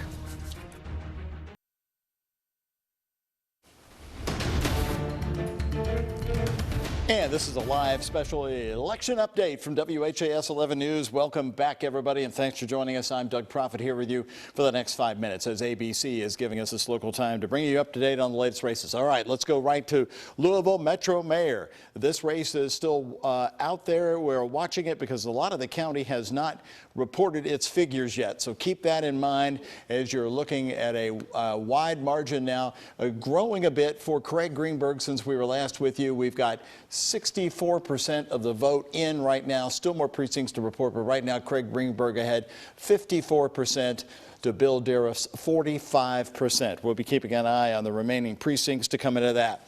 But a wild one shaping up in the Jefferson County clerk's race. Take a look at this, folks. Last report shows the Democrat Tina Ward Pugh is up slightly, just slightly. Look at the raw vote there, leading at the top of your screen by 226 votes. Tina Ward Pugh, a longtime politician in this community, goes back to the original Metro Council. She was an alderman even before that.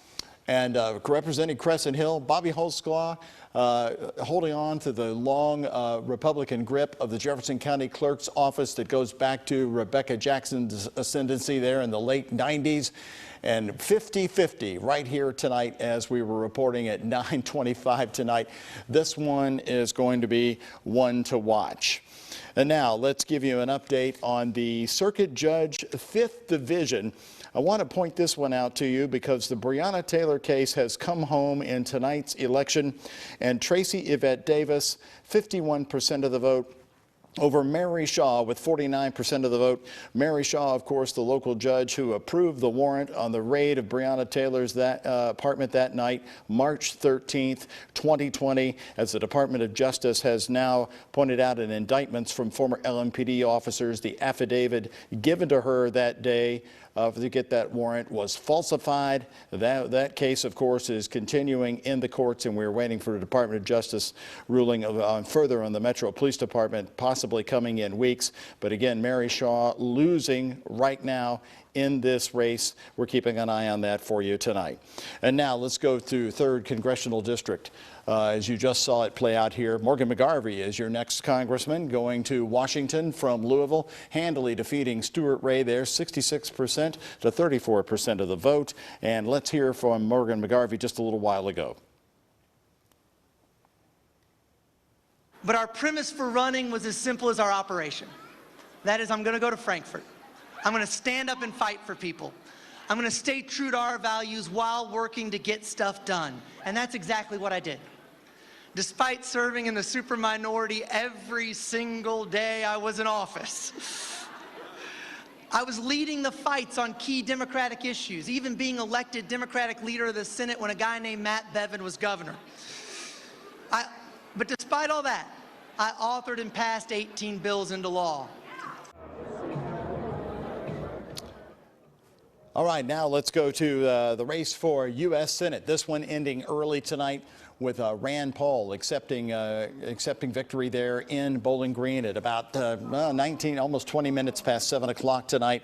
58% to 42% from Louisville's Charles Booker. We want to hear from the folks in this race for you before we leave this special report. Here's Charles Booker just moments ago. He was speaking at the Muhammad Ali Center in downtown Louisville. I need y'all to know we already won. We already won. I need all the news outlets to take that down. We already won. Our victory is that people have stood up across Kentucky that had given up. Charles Booker ran a hard race, but it was underfunded in the end. He really crisscrossed the state. Now, here's Rand Paul's victory speech at the Bowling Green Country Club. 1 million American dies, and we've done nothing to investigate it. So absolutely, that's a high priority. We also have to do something about the debt and the inflation. We can't keep piling the debt on. All right, thank you all so much. And you have another term. What are you going to do with this term that you were hoping to get done in other terms? What's your big push? You know, the biggest threat to our country and to our national security is inflation and the debt. And we keep piling it on. System of constitutional checks on power. That's Rand Paul. Victory speech at Bowling Green, Kentucky, shortly after 7 o'clock tonight. Amendment number 2, before we leave you here, amendment number 2, the no votes strong on this. Amendment number 2 going down tonight along, it appears, with amendment number 1. 55% of the no votes, 45% on the yes votes. As we told you, even more conservative districts are voting no for amendment number 2, which would have banned abortion in the state of Kentucky. Stay with WHAS 11. More election coverage coming your way right here tonight.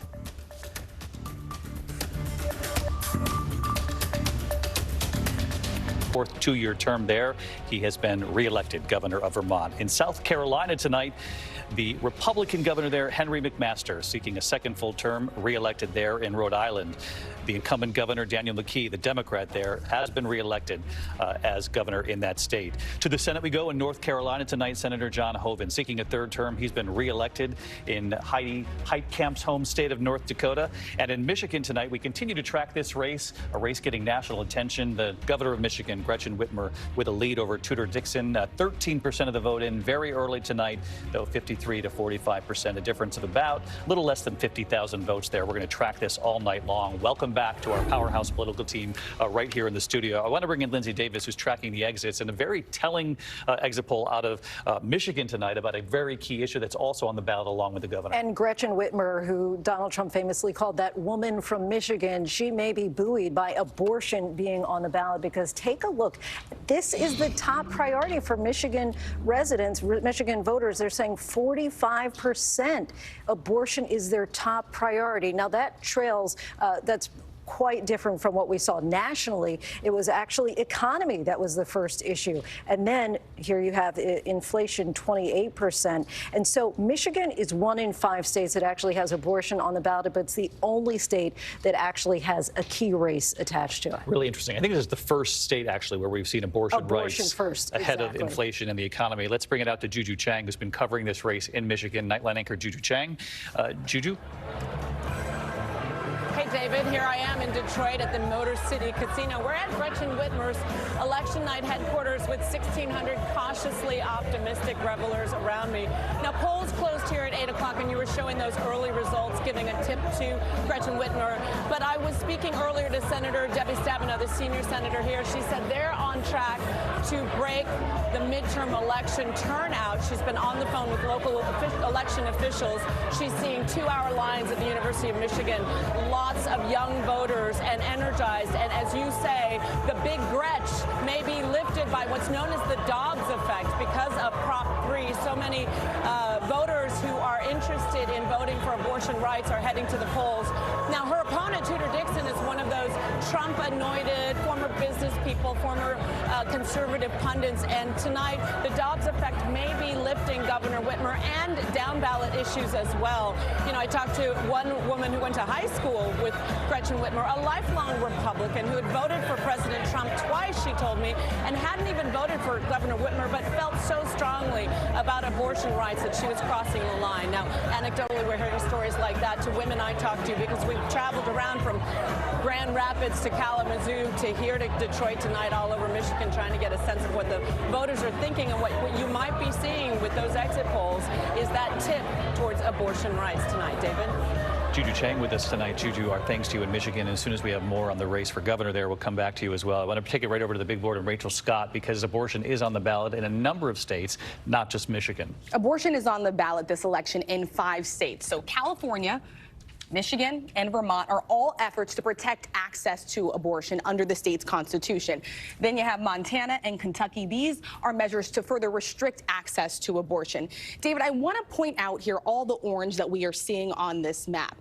This comes just months after Roe versus Wade was overturned. This is where there are current bans on abortion across the country right now. Obviously, we know that this also comes after Kansas. The conservative state was the first state to have abortion on the ballot earlier this summer. The conservative state voted to protect access to abortion. Since then, we have seen a wave of women in key battleground states register to vote. Democrats are hoping that this becomes a driving issue for them this election day. We're going to be watching this all throughout the night because we saw there earlier, Mary Bruce, Nate Silver at 538 showing us that when Roe was overturned by the Supreme Court, how the gulf between Democrats and Republicans in the polling suddenly was quite significant and then tightened again as we got closer to Election Day, with a number of weeks having passed since then.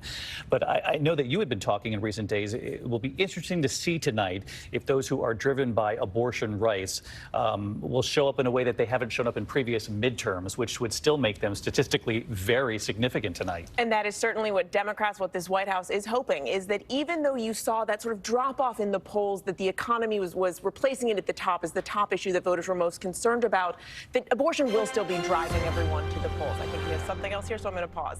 We do have a race coming in right now. Michael Bennet has won in Colorado. The senator there, the Democrat in Colorado, the incumbent, has been reelected. We told you that the governor was reelected. Now the senator, Michael Bennet, beating Joe O'Dea, the Republican in that state, the construction company executive. Joe O'Dea taking him on, hoping to be a moderate Republican. The debates, you know, they were civil in the beginning, though the last debate, John Carl, there were some fireworks. Joe O'Dea did not have the support of former President Trump. In fact, he said looking forward, he would like to have somebody new on the ticket in 2024. And Michael Bennet said almost the same thing.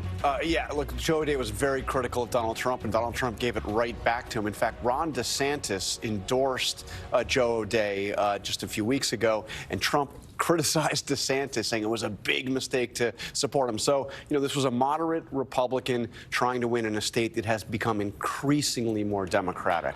I see Nate Silver just over your shoulder here. What is the probability tonight if we give Colorado, which we thought would go to the Democrats tonight based on the polling in recent days, but yeah, so it won't have a huge shift because this was the probable result, but still it helps Democrats a little bit, now at 40% from 37%. What it does do is it means we might not have a red tsunami. If they're holding up well in Colorado, New Hampshire looks good for Maggie Hassan so far. The GOP could easily win the Senate. They're favorites in our model right now, but you're not going to see a gigantic 55-seat GOP coalition coming in. Let's just say Maggie Hassan holds on in New Hampshire. She's off to a decent start tonight with early numbers coming in. What does that do for the Democrats? So now I think they might go to about 50-50, maybe a little above. Oh, there really you go, interesting. 51-49. So if New Hampshire were called 5 minutes from now, we are back to a total jump ball in the Senate. All right, that's a hypothetical, but let's swing it over to Rick Klein to see where we are in New Hampshire. Do you have a second, Rick, just to pull that up to show if Maggie Hassan actually holds on? Anything for you, David, of course. Let's see what we see in New Hampshire right now. What are you going to say at 2 a.m.? Maggie Hassan right now with a pretty significant lead. Look, this is a state that mostly votes on Election Day. It's actually pretty decent with reporting. That's one of the consequences of being first in the nation for the primaries. I'm looking, though, right now, Maggie Hassan is up everywhere. That includes some more of the Republican-leaning parts of the state. Joe Biden did decently here. You see Maggie Hassan a little bit above that. Here in the southeastern part of the state, again, Maggie Hassan a little bit above. He's even leading where Don Bolduc is from, up by Lake Winnipesaukee area.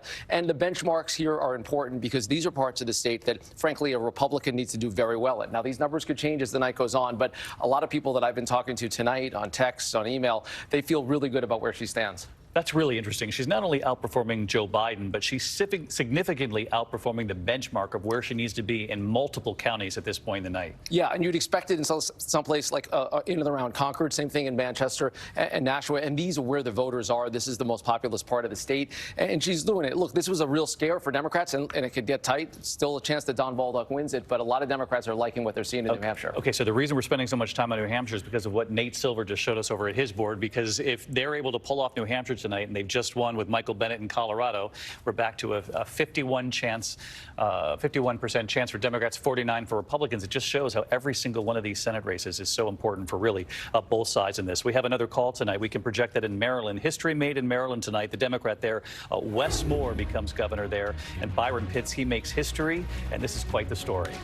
Well, David, absolutely right. He becomes the third black governor elected in the United States, following Doug Wilder in Virginia and Deval Patrick in Massachusetts. And David, I think in many ways he instantly becomes a star in the Democratic Party and perhaps a North Star for the party. You know, Martha's talked tonight about how important veterans are in this election cycle. He's a veteran. He served in Iraq. He was a paratrooper. Member of the 82nd Airborne. He's a best-selling author. He's a Rhodes Scholar. And David, I can say as a proud son of Maryland, born and raised in East Baltimore, of this race, we can say that Wes Moore didn't win because he was black, and he wouldn't have lost because he was black. I think this is a case, I have friends and family there, Democrats, Republicans, Independents. In this race, we've talked about the quality of candidates. For many people, he was just seen as a better candidate. I mean, think about this. The Republican governor of Maryland, who's very popular, said of the Republican nominee, he called him, quote, a QAnon whack job. That doesn't help with the Republican Party candidate in that state. And so I think Wes Moore, again, becomes an example for the Democratic Party. And his is a wonderful American story in some ways. Humble means. He's the son of Jamaican. His grandparents are Jamaican immigrants. And when he was in high school, failing, in trouble, going down the wrong road, his Jamaican grandparents mortgaged their home to send him to a military academy because they believed so deeply in the power of education to transform someone's life. They believed in the American dream.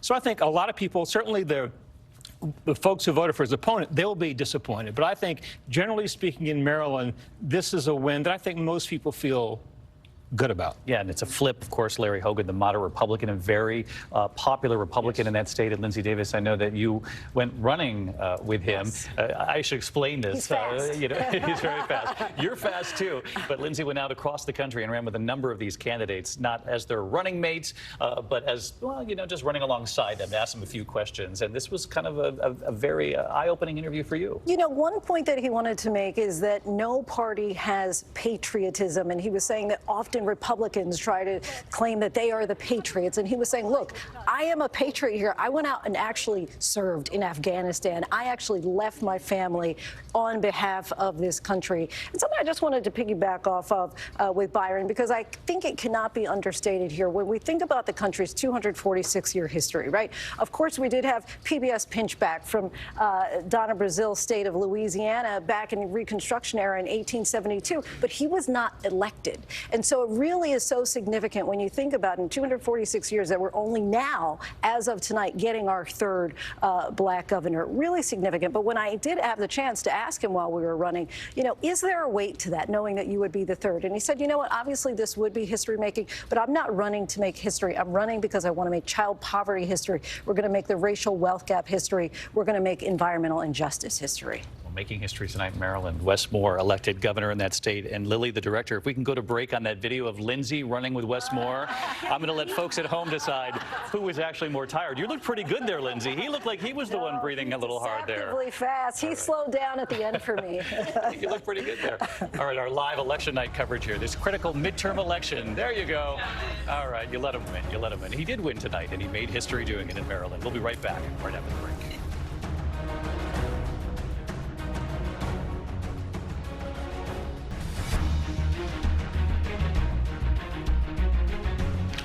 It is 9:45 here in the East. Election night coverage here on ABC News. Your voice, your vote, the critical midterm election. And I want to head right over to the big boards with Rachel and Rick, because Rachel, we've been talking about these flips all night and that magic number of just 5 seats. You gave us the historical context of this. Very low bar. We've got a key flip right now. Another key flip right here in Georgia. This is the 6th district here. It is projected for Dr. Rich McCormick. He's an ER doctor, conservative. He actually outperformed where former President Donald Trump did in this district. Let's take a look at where things stand right now. You mentioned it, David. Republicans only need to net 5 seats by the end of the night in order to take the House. Take a look at how many they have so far. They have 3 right here in Florida. They just added another one in Georgia. You can see on this race grid here how much defense Republicans are playing, how much defense Democrats are playing throughout the night compared to Republicans on this side. Right now, they have netted 4. They need 5 by the end of the night. Yeah, so for folks watching at home, this grid really shows you Democrats are on defense tonight when it comes to the House, far more than the Republicans are going into the night. Rich McCormick, I know, Rick, you've got the election denier graphic up here, which gives you an idea of the number of people running in this country tonight who don't believe Joe Biden won in 2020. It is an astounding figure, and it means people that are potentially going to be running the next election, in charge of overseeing the next election, who deny the legitimacy of the last one. Many of these House members are incumbents who are returning after having voted not to certify the last election. We have a newly elected attorney general in Florida who denies legitimacy of the last election.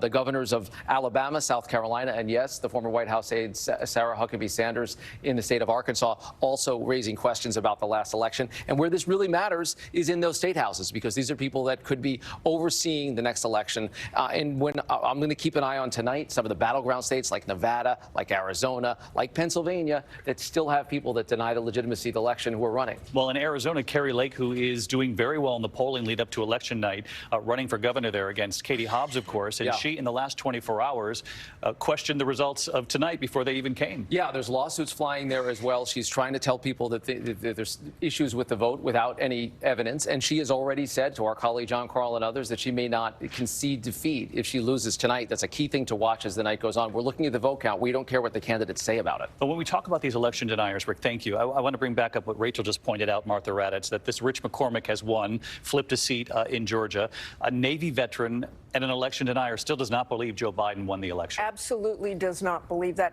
And you know, when you look at this and you look at those numbers of election deniers, you've talked so much, we've all talked about how consequential this election is. That is one of the reasons.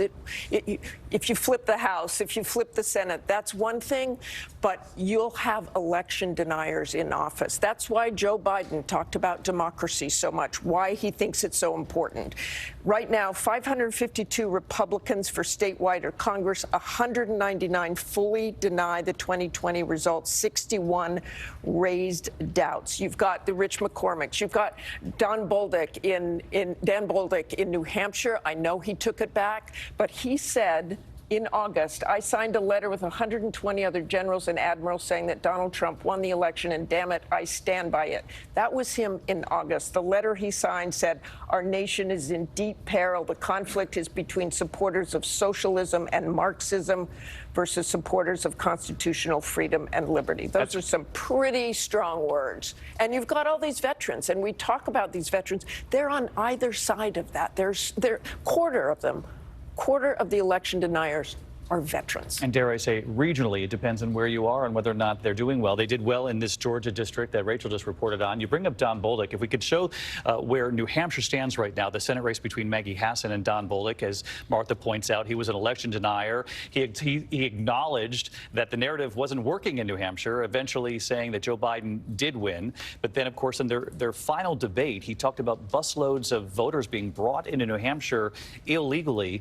The moderator pressed him, said, where's the evidence of this? He said, I believe it. And Maggie Hassan said that right there is election denying. And this is stoking the big lie. And you have to wonder, with her doing much better than perhaps what people thought going into tonight, whether or not it worked against him in this case. It may well have, because New Hampshire, as you know, is a little fussy about things like this. And he so doubled down on this in the beginning that the Democrats helped fund his race by running ads because they wanted him to win because they thought he would be easier to defeat. Well, they've been questioned about that heavily, but they'll say he did the right thing if she pulls it out. I want to bring it back to Terry Moran, who's reported extensively on election deniers in the country. It's just astounding when you look at Rick Klein's board, Terry, at the success of many candidates across the country who, to this day, say Donald Trump actually won in 2020.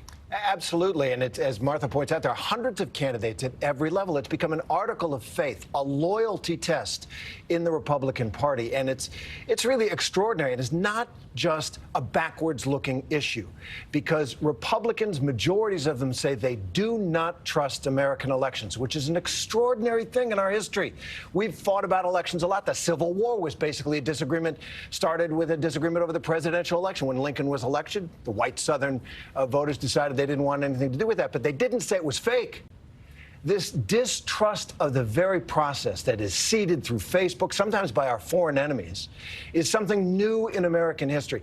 And history shows that once countries get that kind of cynicism, that kind of dark disbelief of their very institutions, it's very hard to get it out. I've got to ask John Carl about this because, John, you spent some time in Arizona. You interviewed Kari Lake, who's doing very well in the polling going into tonight in her race for Arizona governor. She's an election denier, solidly backed by the former president, Donald Trump.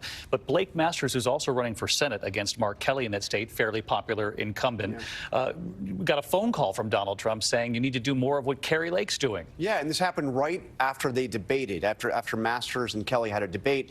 And Masters did a little bit of what Baldick did, where he said he acknowledged that Joe Biden was the legitimately elected president of the United States. That is a sin for Donald Trump. You do not do that. So he called him up. He said, you can't do that. You got to do what Kari Lake does. And, you know, we'll see how this plays out. But there have been, today, Rick alluded to it, there have been some issues in the voting in Arizona. They had some issues with the tabulation machines in Maricopa County. And already Kari Lake is making very loud complaints about the way the election is run. And unfortunately, there has been the one issue. Now, officials there have said they promise every vote will be counted, every vote will be counted. But she, you know, if she loses, she is not going to go quietly. You pressed her a number of times. Would she accept the results of tonight's election? And she fell back on this phrasing that if they are fair, transparent, and accurate, I will accept them. And I said, wait, what if you go through all of your challenges and you lose them? Will you accept it? And it's only who determines if it's fair, accurate, and transparent, and it's Kari Lake in her mind that will determine whether that is the case. Cecilia. And this is a race that has Democrats concerned. You saw President Obama there in Arizona making these closing arguments. It really, for the Democrats, encapsulates these concerns about what they're calling these MAGA Republicans. And let's not forget, Kari Lake is being called a potential Trump VP pick. So the potential trickle down for this is huge. Cecilia Vega with us. Thank you, Cecilia. And we're just getting results in from South Dakota, and Governor Kristi Noem, seeking a second term there, has been reelected. There had been some late questions in the race, John, whether this would be competitive, but she has been reelected tonight. She has been reelected, a huge supporter of Donald Trump. Somebody else who has been mentioned as a possible a Trump running mate.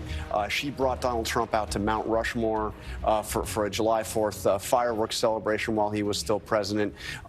You know, certainly it looked like it was going to get close, but South Dakota's a state that Donald Trump won by some 30 points. But she took a hands-off approach to COVID, and she's a real hero in Republican circles. You know, she is certainly in the Trump part of the Republican Party. She is a big star. All right, John Carl, thanks. We're just getting started. It is now coming up on 10 o'clock in the East. We're going to check in back with a number of our key Senate races. We're looking at the board. Obviously, New Hampshire, Pennsylvania. We're going to be checking in on North Carolina, Georgia, which remains a state where Raphael Warnock is performing perhaps a little better than the poll showed going in. We'll check in with all of these pivotal races that could determine control of the Senate. Right at the top of the hour, 10 p.m. Eastern, it's the march to 50 votes in the Senate for the Democrats, 50 senators, 51 for the Republicans. We'll be right back. This is a live election report here on this midterm election night from WHAS11 News. Hello, everybody. I'm Doug Proffitt. Well, it appears that the office of Louisville mayor is going to stay in the hands of the Democrats, where it's been since 1965. Craig Greenberg with 99% of the vote, 52% of the vote. Bill Dariff at 46%. Bill Dariff, even though there was talk it would be a close race, was not able to increase any ground throughout the evening. Well, Craig Greenberg has brought the big names to town, and Kentucky Governor Andy Beshear will be introducing him. Let's go live downtown Louisville at the Galt House to listen to the victory speeches. And he is going to do us proud. Now, I know a little something about close elections, and I don't think this was that close of an election. You are about to get a great first family of this city. Rachel Greenberg and their two sons are going to add so much. And as the days come and go, as they work to get your support and your faith, we're going to need you to support them as a family as well. So, let me introduce you for the first time to my friend for over a decade. A great man, a great lawyer, a great entrepreneur, and a guy who's going to be a phenomenal mayor. Your next mayor, Craig Greenberg.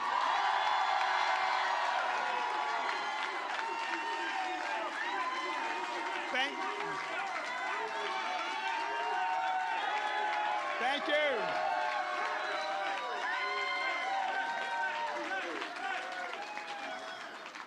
Thank you so much, Governor Beshear, and thank you all. Who's ready to move Louisville in a new direction? Who's ready to unify our city and work together to make meaningful change? Louisville, I am honored and humbled to be your next mayor, and I am excited to work with each and every one of you every day. As we ran through every corner of our city, from PRP to Prospect to Park Duval and every neighborhood in between, I've heard your concerns and dreams. You've shared your personal stories and aspirations.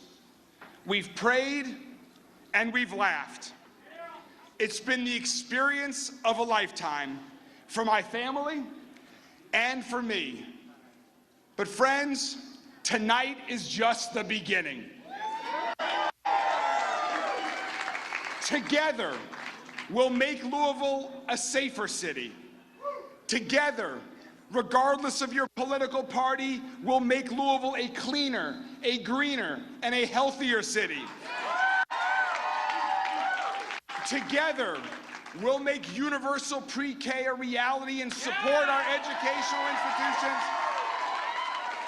And we will support our educational institutions from pre-K through post-secondary education. We'll continue to hear Simmons College Band play many more times and make Louisville an HBCU town. Together, we'll build more affordable housing so every family has a safe and quality place to live as a foundation for success. Together, we'll unify our city and invest in people and neighborhoods that have been neglected and discriminated for our entire lifetime. Together, we'll make Louisville the easiest and best place to create good-paying jobs. Together, we will continue to protect the rights of women, and together,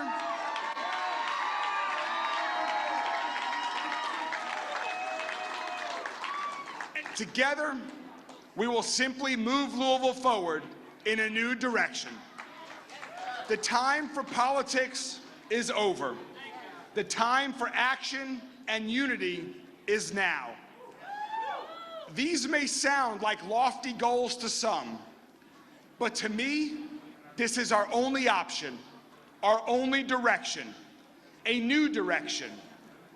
I know we can do all of this together because we won this campaign together. Our victory tonight is the result of incredibly hard work of all of my campaign team that is on the stage with me here tonight. It's the result of all of you here celebrating with us. It's the result of everyone who voted and everyone who volunteered and provided so much support across our entire city. To each of you, thank you very much. There are a lot of people to thank. Let me first start by thanking my opponent, Mayor Bill Deariff.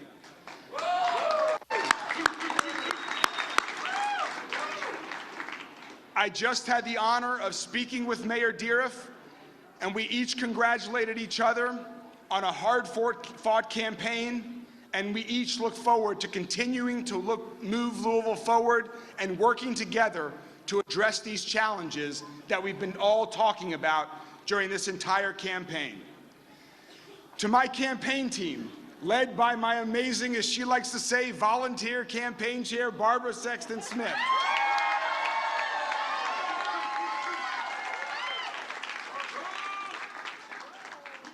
We as a team have been through so much together, far more than most campaign teams ever want to go through together. To each of you, thank you for what you've given every day to this campaign. Thank you for your hard work, creativity, energy, and sense of urgency. And I'll never forget this experience that we've shared together. To the governor and lieutenant governor, thank you all for your support, and thank you for everything that you are doing to lead Kentucky forward.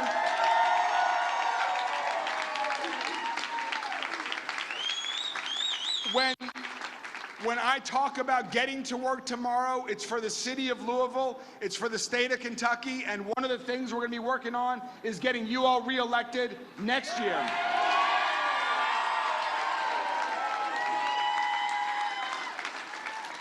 To Metro Council President David James.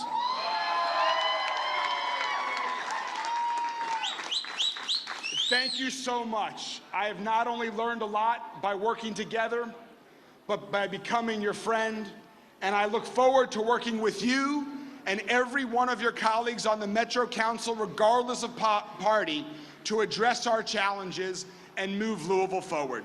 Thank you so much, David. Todd, to you and every one of your colleagues in organized labor, thank you for the amazing support of the over 100,000 hardworking men and women in Louisville. It is greatly appreciated, and I look forward to working together. To every volunteer, to every contributor, to everyone who knocked on a door, to old friends and new friends, to everyone who voted, thank you. To our new U.S. Congressman,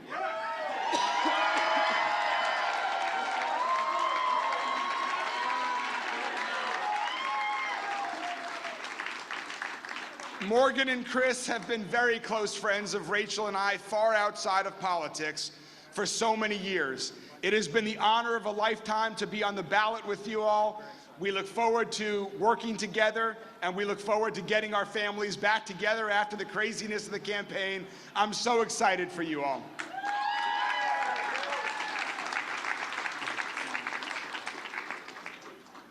A special thank you also to former Mayor Jerry Abramson. Following a field trip in 8th grade to Mayor Abramson's brand new office in City Hall, that served as the inspiration to me to start thinking about getting involved in public service. And to think from that field trip in 8th grade to being here tonight is just truly a dream come true. So thank you, Mayor Jerry.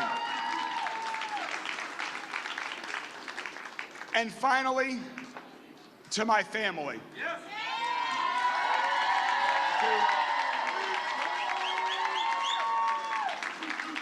First, to my sister and my brother-in-law and my nephew, I love you all and thank you. To my in-laws, Rachel's parents, you all have been so supportive since the very beginning.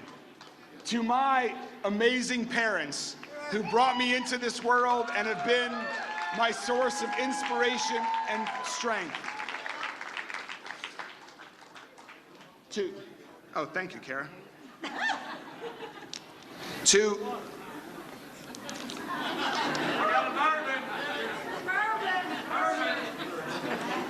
Daniel and Benjamin. You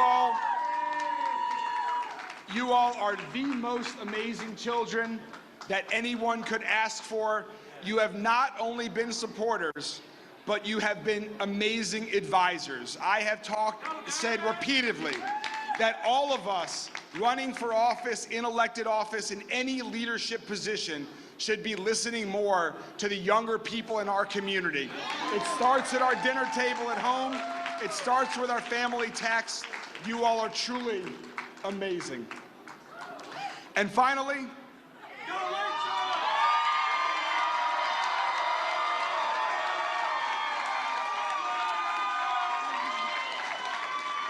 to the reason I know everybody really voted for me, to the person in our family who is far more popular than me, is not only the love of my life, but is my rock, is an amazing friend, is an amazing partner.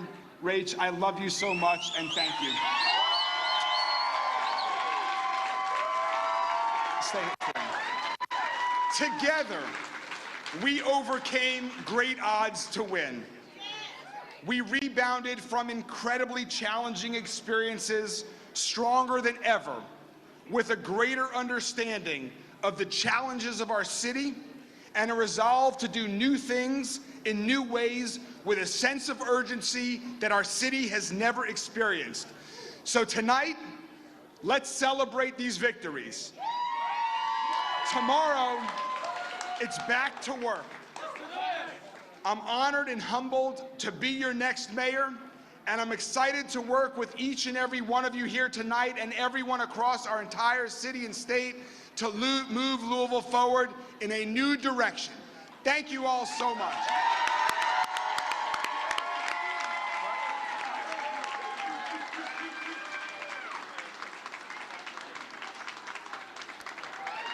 And there is your new mayor of Louisville, Craig Greenberg there, hugging his family there. His two sons, 19-year-old Daniel, 17-year-old Ben, his wife Rachel there have been on stage. He was introduced by Kentucky Governor Andy Beshear, who came to town here today, and he said, I thought this was supposed to be a close race, but we had been hearing that too. But Craig Greenberg handily wins the mayor's race over Republican Bill Deriff. Joining me here live in the studio at WHAS 11, our strategists who've been with us all day long, Republican Iris Wilbur-Glick from McCarthy Strategic Solutions, and Democrat David Tandy. You remember him as the president of Louisville Metro Council. He's now with the Denton's law firm. Iris, I'll start with you. Where did Bill Deriff lose this race? In a county that has, predominantly registered, Democratic voters, it's very hard to overcome just raw numbers. When you look up, on election day, the low-hanging fruit, you can only go so far, with limited number of Republicans. Looks like we'll experience some, record turnout here. I know numbers are still coming in, but yeah, Doug, in a county where 57% of the registered voters are Democrat, it's really hard to pull them over, even in a midterm year. Louisville is a bit of an outlier in the rest of the Commonwealth. Republicans have grown in their registration, though, David, but these two candidates weren't really too far apart, except they did clash on some issues like abortion. But when it came to public safety, they're both preaching a strong message ahead. Where do you see Craig Greenberg winning Louisville today? What was his message that connected? Well, I think for Craig, what did it for him was that he had a strong fundraising advantage from the very beginning of the race, and he continued to use that. He continued to get his name out there and build his team and kind of touching voters all across the city. For Deriff, for him to have won, he would have needed to come out strong early and try to define Greenberg as essentially at the time, where you had Mayor Fisher having negative numbers in the community, having to have tried to tie Greenberg closely to Fisher. He did not do that, nor did any of the other groups that were supporting Deriff do that early on. And so when you got closer to election time, there wasn't any time to be able to do that. He's got a massive job ahead of him. We are waiting any week now for the Department of Justice investigation into LMPD to roll out, possibly going under a consent decree. Then you have the issues of the police department. Will more officers leave after that? A lot of issues for this mayor to face. Can you wrap yourself around this job? Can one person do it now? Right. So, on the campaign trail, I think Craig Greenberg has been very careful in sort of naming personnel, right? He wants to build, maintain confidence in the current police chief. But I think that's going to be sort of the question on day one after he's sworn in. Who will be your next police chief, and will you be going in a real different direction from the previous 12 years that we've experienced? David, what kind of role would David James play in this administration? We'll have to wait and see what type of role David will play in the administration. I mean, certainly he's doing a great job as the president of the city council. But I want to answer your first question, which is the job of mayor big, or all the problems that we're facing as a community, can they be tackled by one person? The answer to that is no. The job of mayor is to essentially, you're assembling a team of other professionals and experts around you to help you lead the city, but it should not be lost on the electorate that it is not only up to the elected official to solve problems. We as citizens have a responsibility to play in that role as well, doing our parts throughout our daily lives, making the city better as well. You're so right. I'll high five you on that one. That one was good. You can give David the high five back there for Thank me. you. Okay, one real close race we've been watching tonight. Jefferson County Clerk. Will the Republican Bobby Holzclaw go down? Look at this, folks. She has now gone up again, 51% over 49% there. Iris, your view on this one?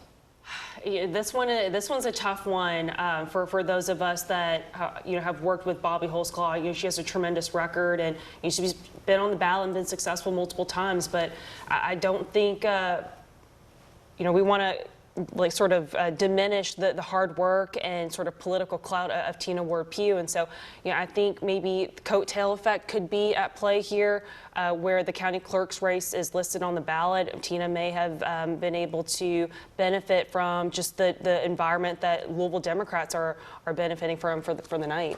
Okay, thank you all both. We're going to continue with you all throughout the evening. They're going to be joining me here on the night team at 11 o'clock. For now, I'm Doug Profit. Let's take you back to ABC News. See you along the way here on WHAS 11, so stay with us.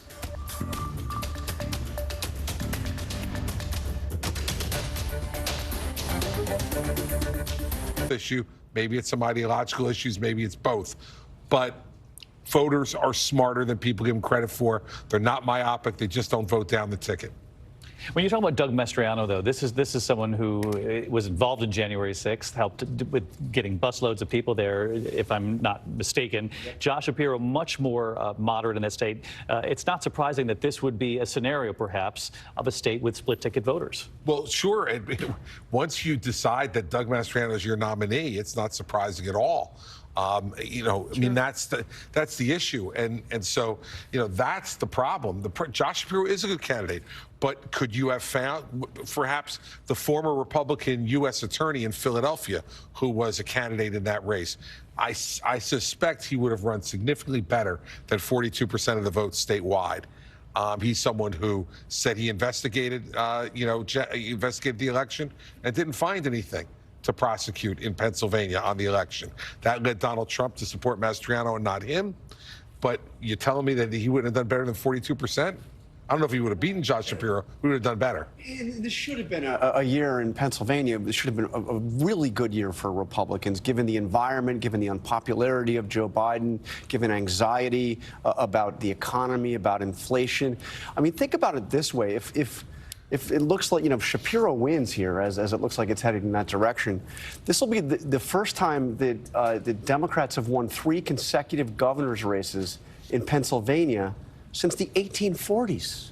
Yeah. Since before there was a Republican Party. I mean, that was the Whigs. And real quick before we go to break, I want to get the exit from Pennsylvania. You were checking about this issue of Dr. Oz. I know he has a house there now, but this became a big issue. Correct, exactly. That as well as Fetterman's health, and both of them are interesting. If you take a look at the question here, has Oz lived in Pennsylvania long enough to represent the state? Look, overwhelmingly, 56%. This is Republicans and Democrats said no. Now, again, he said that he rented a house, it was his in-law's house in 2020, bought a house one month after he announced. But one thing, just being a South Jersey girl, that was really significant outside of where the Philadelphia Eagles play, the Fetterman camp put a huge billboard up last month saying Dr. Oz is a Cowboys fan. Now, those are fighting words for Philadelphia. A fellow Cowboys fan we all picked up on that. over here. And then if you look at Fetterman's health as a question, is Fetterman in good enough health to represent the state?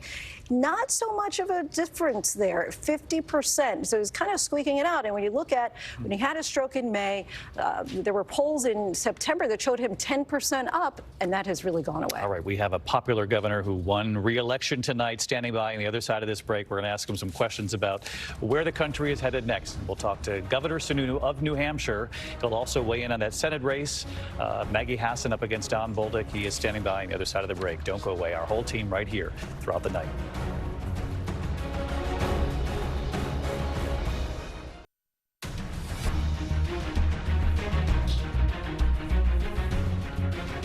You're watching live coverage here on ABC News Election Night 2022. We do have some projections we can make at this hour. Let's go to Illinois, the Senate race there. Senator Tammy Duckworth seeking a second term. She returns. Of course, she made history giving birth and then bringing her newborn to the Senate floor. She returns in Illinois. A combat veteran returns as senator. The governor's race there, Governor J.B. Pritzker seeking a second term. He actually traveled the country a bit, spent a lot of money again on his own race. Re-elected there. There's been talk about presidential ambitions on his part. We're also tracking House races that are bellwethers across this country. Remember that key number. Republicans need to pick up just 5 seats in the House. Republicans spent a lot of money trying to defeat Marcy Kaptur in Ohio 9. At this hour, she's got quite a lead, 56% to 43, 65% of the vote in. I want to get it right over to Rachel Scott. Her closing argument in this race, Rachel, was let's meet in the middle. Quite an effective ad. She said we need to stand for the pledge at games. But she also said election deniers is nonsense. Really casting herself as a moderate because she's running in a state that former President Donald Trump won twice, and her district was actually redrawn, congressional maps redrawn every 10 years, running in a more conservative district. Take a look at where things stand right now. Kaptur is the longest serving woman in the House. 56% of the vote right now. She's ahead about 24,000 votes compared to J.R. Majewski, who was someone who was there on January 6th. We talk about election deniers being on the ballot. This was someone who was at the Capitol on January 6th, David. It's kind of incredible when you talk about how different the district is that she's now running in. It went from a significant Democratic lean to a Republican lean, and she's still well ahead tonight. Still well ahead tonight, and we are seeing redistricting really play in a lot of these races. Just look at Florida, for example. We talked about those early flips that we saw, Democratic seats that Republicans were able to win. I'm going to draw just right here in North Florida. I want you to keep your eye on this area, right from Tallahassee to Jacksonville. Take a look at what this district looked like in 2020. You see this blue part right here? That was Florida 4. In 2022, you see that congressional maps were redrawn, redistricting, personally approved by the Republican governor, Ron DeSantis. What it did was it broke up so many of the black voters across this state, and now it is divided into 3 different districts, David. Rachel Scott with us tonight on the story in the House. Again, historically speaking, the president in party, the one in the White House, has a tough midterm election. The question is, how many seats could the Democrats lose? On the other side of the break, we're going to check in with Mary Bruce, who has new reporting from sources up on the Hill. Republican sources, their take on the House. Democratic sources, their take on the Senate, and of course that interview with Governor Sununu of New Hampshire, the popular governor who won re-election, though the Senate race in that state has not been decided. And as we've talked at length here tonight, this could be another one of those key states with split ticket voters voting one way for the governor, another way from the Senate. Be curious to hear his take right after the break. Don't go away. Our live coverage continues in a moment.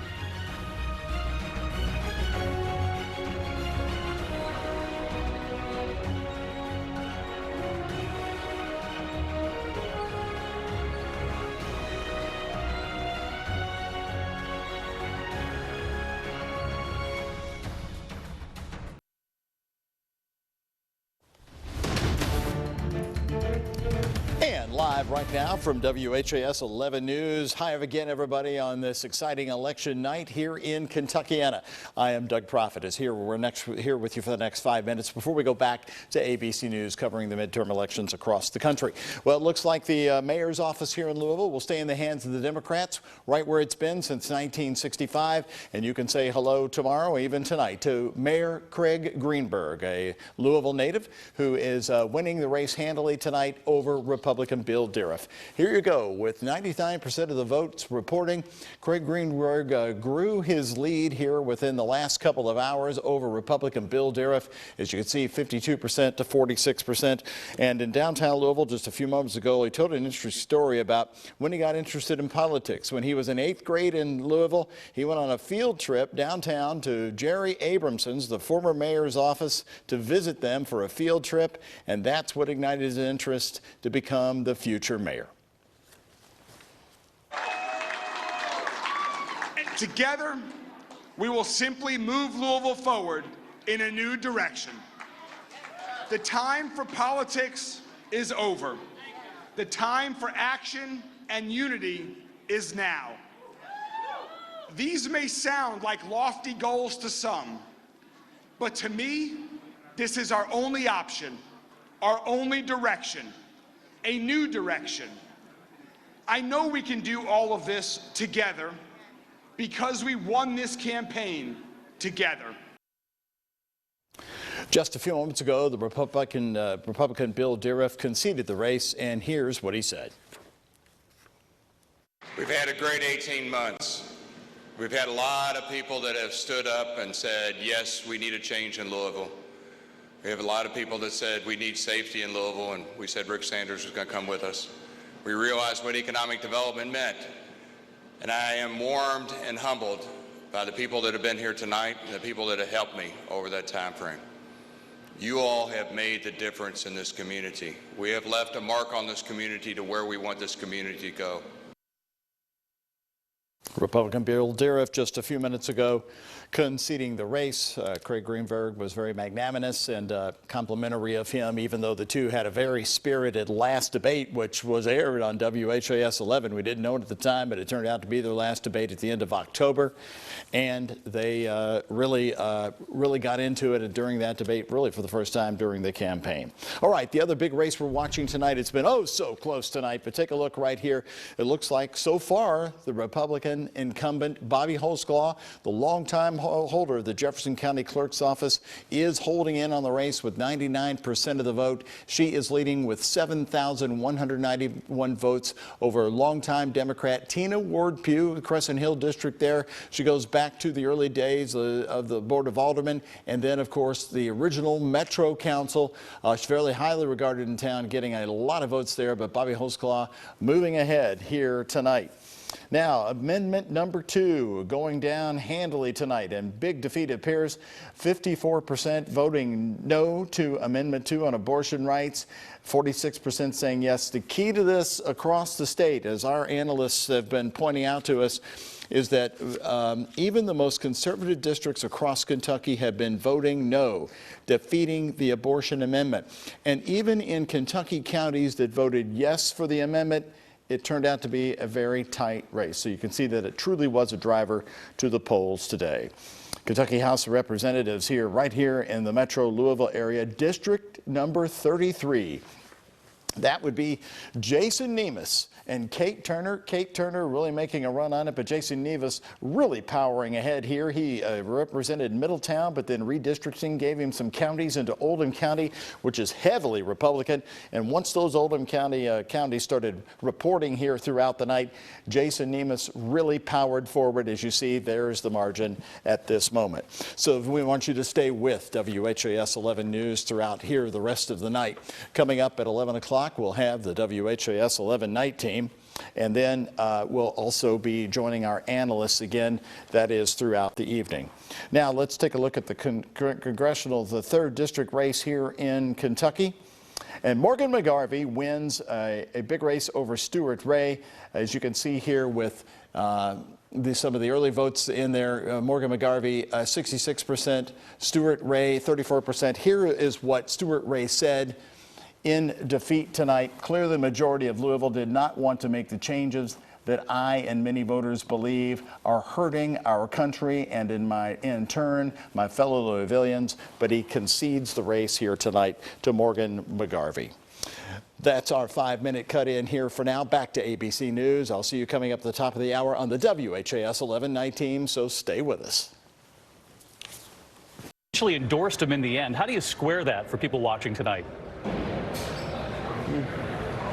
Well, look, primaries are all about party. We know that, and we kind of have our favorites, and we have it out, and we had our primary in September. But one of the things I have to do as governor is always bring that party together.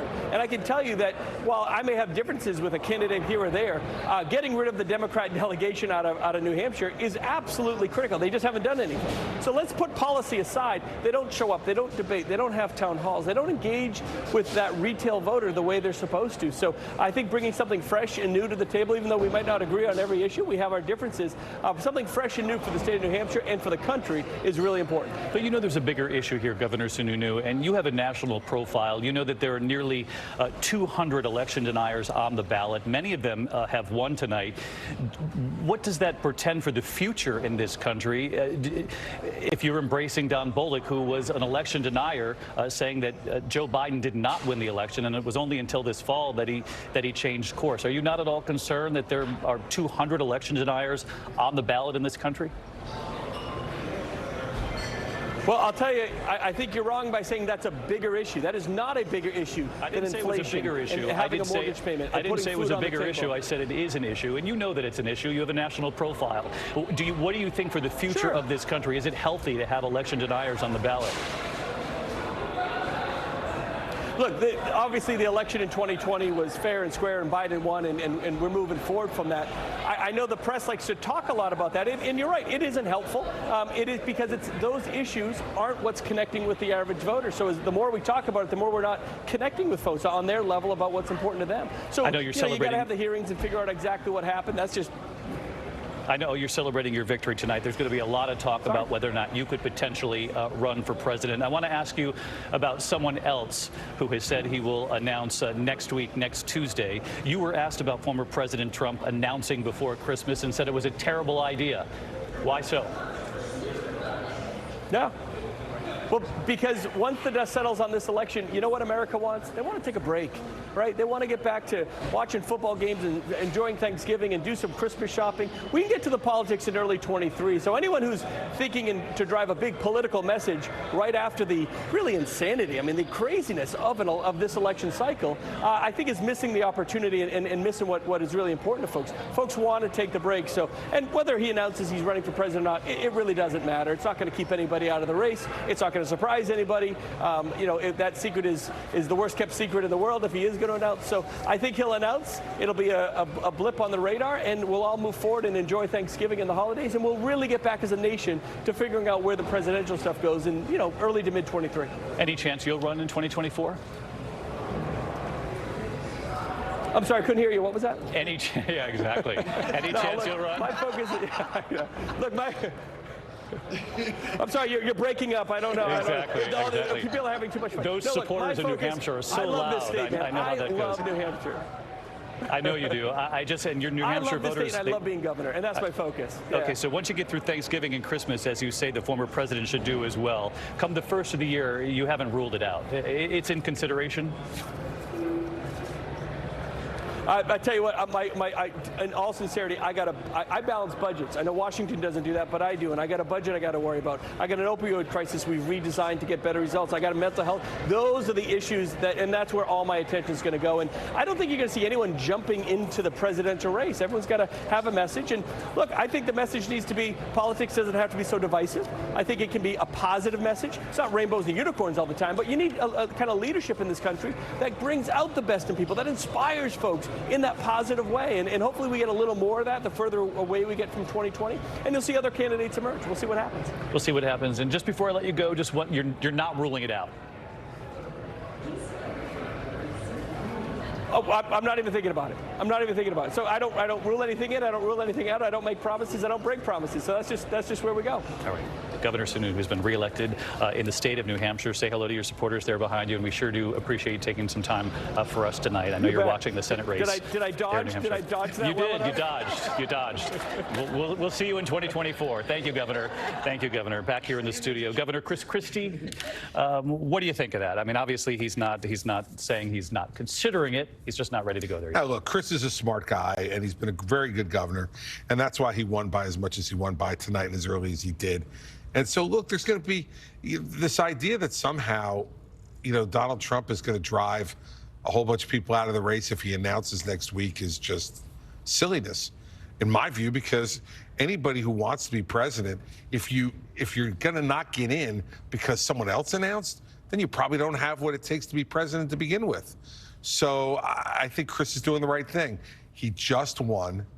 He's not going to answer your question, because he probably hasn't even talked to his wife about it yet, let alone talk to the people in New Hampshire who just sent him back. And, we talked earlier about Trump and what would happen tonight if some of the candidates he endorsed won and some of them lost. And I said to you, I predicted to you that he would take all the credit if they won and none of the blame if they lost. Here is his quote on TV tonight about tonight's results.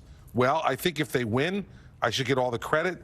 If they lose, I should not be blamed at all. All right, Governor Christie. So I don't know. I think I know the guy. Yeah, I think you do.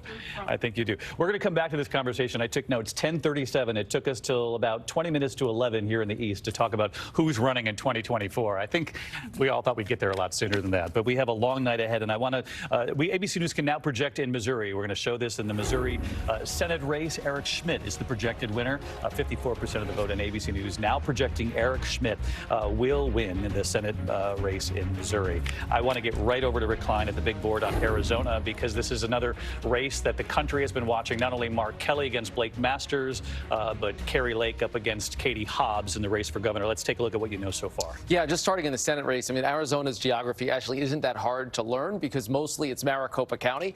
That is most of the state's population. And right now you're seeing Mark Kelly racking up big numbers there, which is in line with what he needs to do in the benchmark. He's a couple of points ahead of that right now. But we're seeing very little of the election day vote. We've got nothing at all from Tucson down to the south. That is where Mark Kelly is from. Of course, his wife, Gabby Giffords, represented Tucson and the Tucson area in Congress.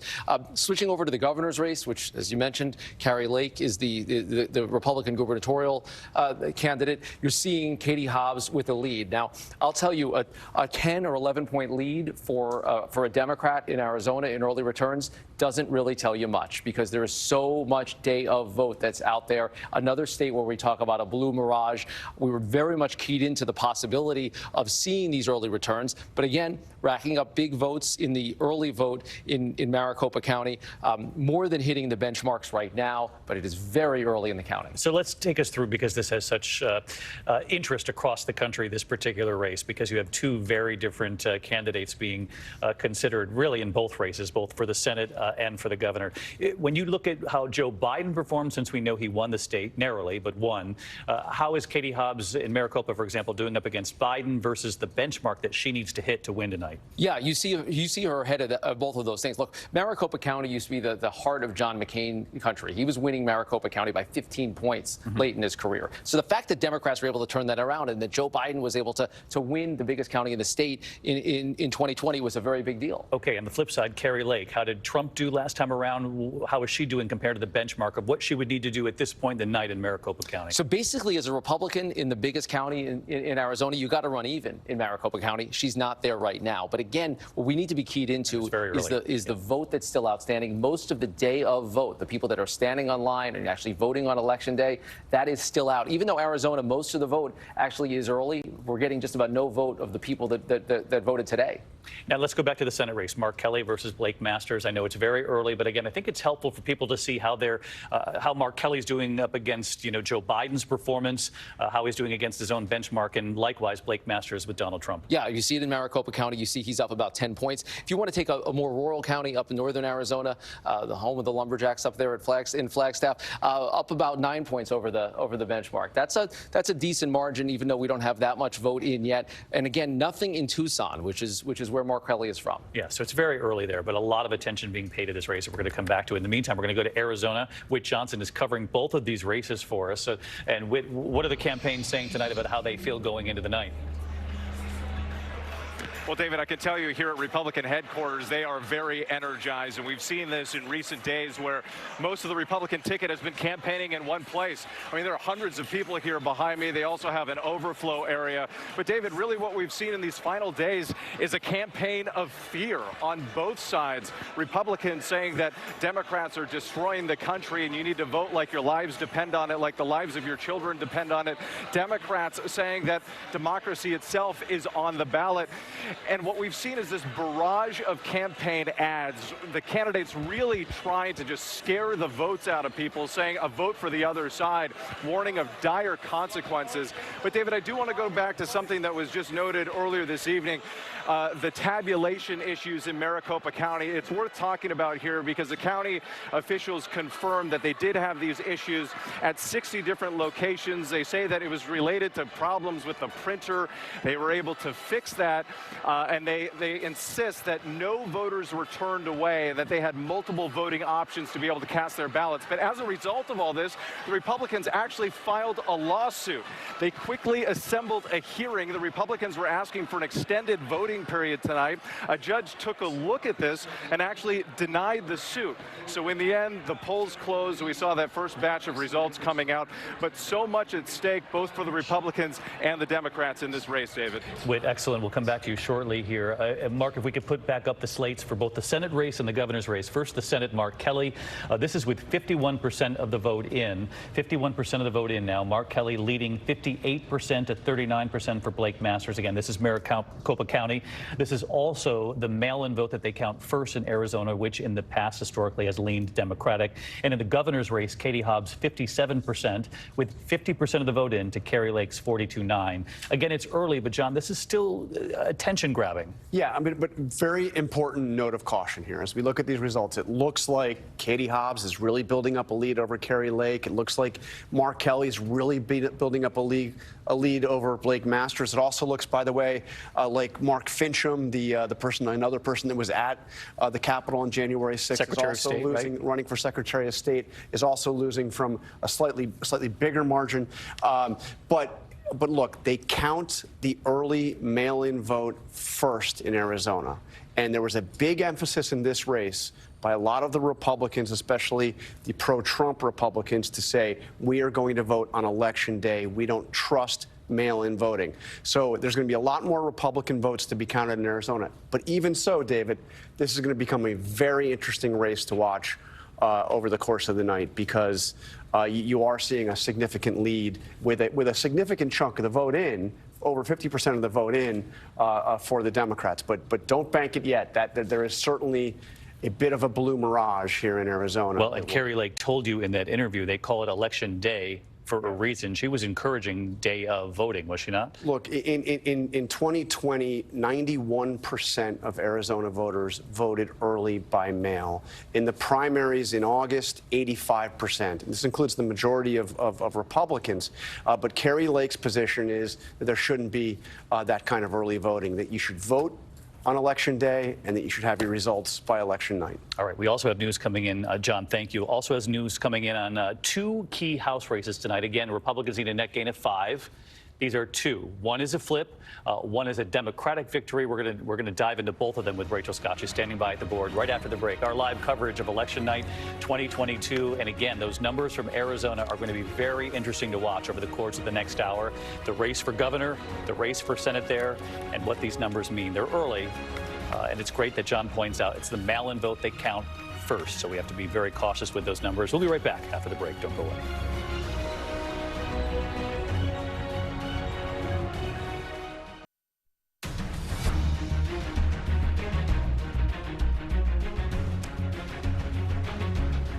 Welcome back to ABC News live coverage now about 10 minutes to 11 o'clock in the East. We continue to watch this crucial race in New Hampshire, the Senate race, Maggie Hassan and Don Bolduc. As soon as we have new numbers on that, we'll bring it to you. We can project at this hour. ABC News can project that in Iowa, in the Senate race there, Chuck Grassley has been reelected, the incumbent there. He'll serve an 8th term as senator in the state of Iowa. He'd been up against retired Navy Admiral Mike Franken, the Democrat in that race. There was some hope for the Democrats in Iowa, but in the end, Chuck Grassley headed back to the Senate, first elected to Congress 60 years ago, 40 years ago when it comes to the Senate. Mark, can we go with this? Okay, we have breaking news in New Hampshire, the Senate race. ABC News can now project that Maggie Hassan, the incumbent in New Hampshire, has won re-election. Again, this is the race we've been watching tonight. Didn't get a lot of attention going in. She won by 1,000 votes in 2016. Tonight, that margin much greater. Maggie Hassan, the incumbent in New Hampshire, will go back to the Senate. And if you remember Nate Silver at the board earlier, Nate, now that we have Colorado and New Hampshire, suddenly we're in an even ball game between the Democrats and the Republicans. Yeah, this is just what we looked at earlier. It is a jump ball right now, 51% Democrat, 49% GOP. This is really incredible. And And Rick, can we dive into New Hampshire? How did she do this? How is she performing up against, say, Biden and against the benchmark that she needed to perform? Yeah, I'm looking here in the Manchester, Nashua area because that's an area where a Republican basically has to run even. And guess what? That is not what Don Bolduc was able to do. Maggie Hassan opening a pretty significant lead. Same thing there in the southeastern part of the state. That is an area where a Republican needs to win, period, full stop. It has not happened. Donald Trump came a lot closer to Joe Biden, again, in a state he lost. And I'll tell you, this is going to be on Trump. Because in a non-Trump world, it's possible that Governor Sununu, who we just had on our air, runs for this seat, or someone else gets nominated who has a much better chance. Basically, the Republican establishment cut Don Bolduc loose. MAGA tried to save him, and it doesn't appear like their efforts are going to be enough. And this will be seen as a Republican possibility that was left on the table. And we were reporting this since early in the night. Remember, Don Bolduc is the candidate who said that Joe Biden didn't win over the summer. It wasn't until after Labor Day at some point that he said he did win. He also, in their final debate, the moderator had to step in because he said they were bringing busloads of illegal voters into New Hampshire. The moderator said, "Do you have evidence?" He said, "I believe it. I believe it." And Maggie Hassan said, there you have it right there. That's election denialism. He's stoking the big lie. Martha Redditz, you covered New England politics along with me for many years. So did Rick Klein, by the way. And this might be a state where they just didn't buy that flipping on such an important issue. And I mean, you heard Governor Sununu there. We didn't say it's the most important issue, but even he acknowledged that voters do care about the truth. And once you heard how strong a statement he made, you know, let me read it again. I signed a letter with 120 other generals and admirals saying that Donald Trump won the election, and damn it, I stand by it. And then shortly after that, he says, no, wait a minute, I don't. And he said, I've done more research. But I also think we have to look at what Maggie Hassan talked about abortion a lot. She really focused on abortion. And Bolduc said on her focus on abortion, because he said he is anti-choice, your views are not consistent with the average Granite Stater, number one. Number two, get over it. This is about the economy. As we've said, the economy is a big, big deal. But abortion clearly played a role as well. And we have exits out of New Hampshire, which actually underscore the importance of some of the issues in New Hampshire. And Maggie Hassan, anytime she was interviewed in this race, she talked about the economy, pocketbook issues, and going into the winter. I didn't miss an interview where she talked about heating oil, home heating oil. These were issues that hit home, in many cases not talking about what the rest of sort of the national discourse was. Exactly. She hit on everything she needed to hit on during this race. What do you have, Lindsay? And if you take a look at the exit polls here, this is really significant. Take a look at the moderate voters. She actually outperformed herself from the election in 2016 by 12 points. She won moderates by 27 points in this election. This is somebody who obviously prides herself on being one of the most moderate senators that there is, and it looks like people are willing to take her back. Mary Bruce has been talking with her sources up on Capitol Hill at the White House, Republicans and Democrats. You were telling me during the break that Democrats suddenly think they might be back in the game to try to hold on to the Senate. They are feeling pretty good right now, optimistic that that massive red tsunami, that wave that they were fearful was going to knock them all out. That's not what you're seeing. You know, based on what you're seeing in Colorado and New Hampshire, they are very much still in this game. And sources also on the flip side, on the Republican side, sources in the House, sources close to Kevin McCarthy and his inner circle are saying that they are also feeling good, based especially on what they saw down in Florida, on the margins that they were winning by down there. And just to return to what you're talking about in New Hampshire there for a second, and the importance of abortion. We were getting at this earlier, that even though polling had shown that perhaps abortion had ticked down in some polls, that the economy was really what was top of mind for most voters, I think there's a question among Democrats that I've talked to about whether that's the concern and the importance that voters put on abortion is actually underreported. That people don't respond to pollsters necessarily in the same way that they will on the economy on an issue as personal as abortion. And you might be seeing that in With just a few moments left before the break, let's get to Mary Alice Parks, who's live in New Hampshire, because Mary Alice made that same point, Mary, that abortion rights, even though perhaps it had been quiet, a bit quieter on that front as far as being a top-of-mind issue, was a significant issue for voters in New Hampshire. Yeah, absolutely, David. And like you guys were talking about, Senator Hassan leaned into that issue. In the last few days, she kept talking about this as an issue of freedom, and that played well up here. You know, the other issue that you were just mentioning, the cost of energy, home heating oil being double just in the last 2 years. Senator Hassan would go out there on the trail and she would say, I know the cost is too high, but she stood by Democrats' investments in renewable energy. She said she still wanted to take on big oil. She basically tried to say she was hearing voters' pains, but she didn't believe that the answer was just a green light to more drilling. But this was a really interesting point on energy. She stood by her guns. She, like you said, likes to be seen as a bipartisan senator, not a flashy one, not a show horse, but a workhorse. And she was, one block at a time, one day at a time, convinced that she would pull this out in the end, David. Mary Ellis Parks in New Hampshire, and as you heard Mary Bruce say from her sources on the Hill, they're relieved that they're not seeing, big picture here, a red wave at this point in the night. Certainly if Maggie Hassan holds on, that is something the White House is going to cheer about. And you've learned that President Biden, we don't know if he's called her, but he is calling the winners tonight. He's calling a number of winners. We know he's been watching the returns from the White House, no surprise there. But he's put out a lot of the calls to supporters.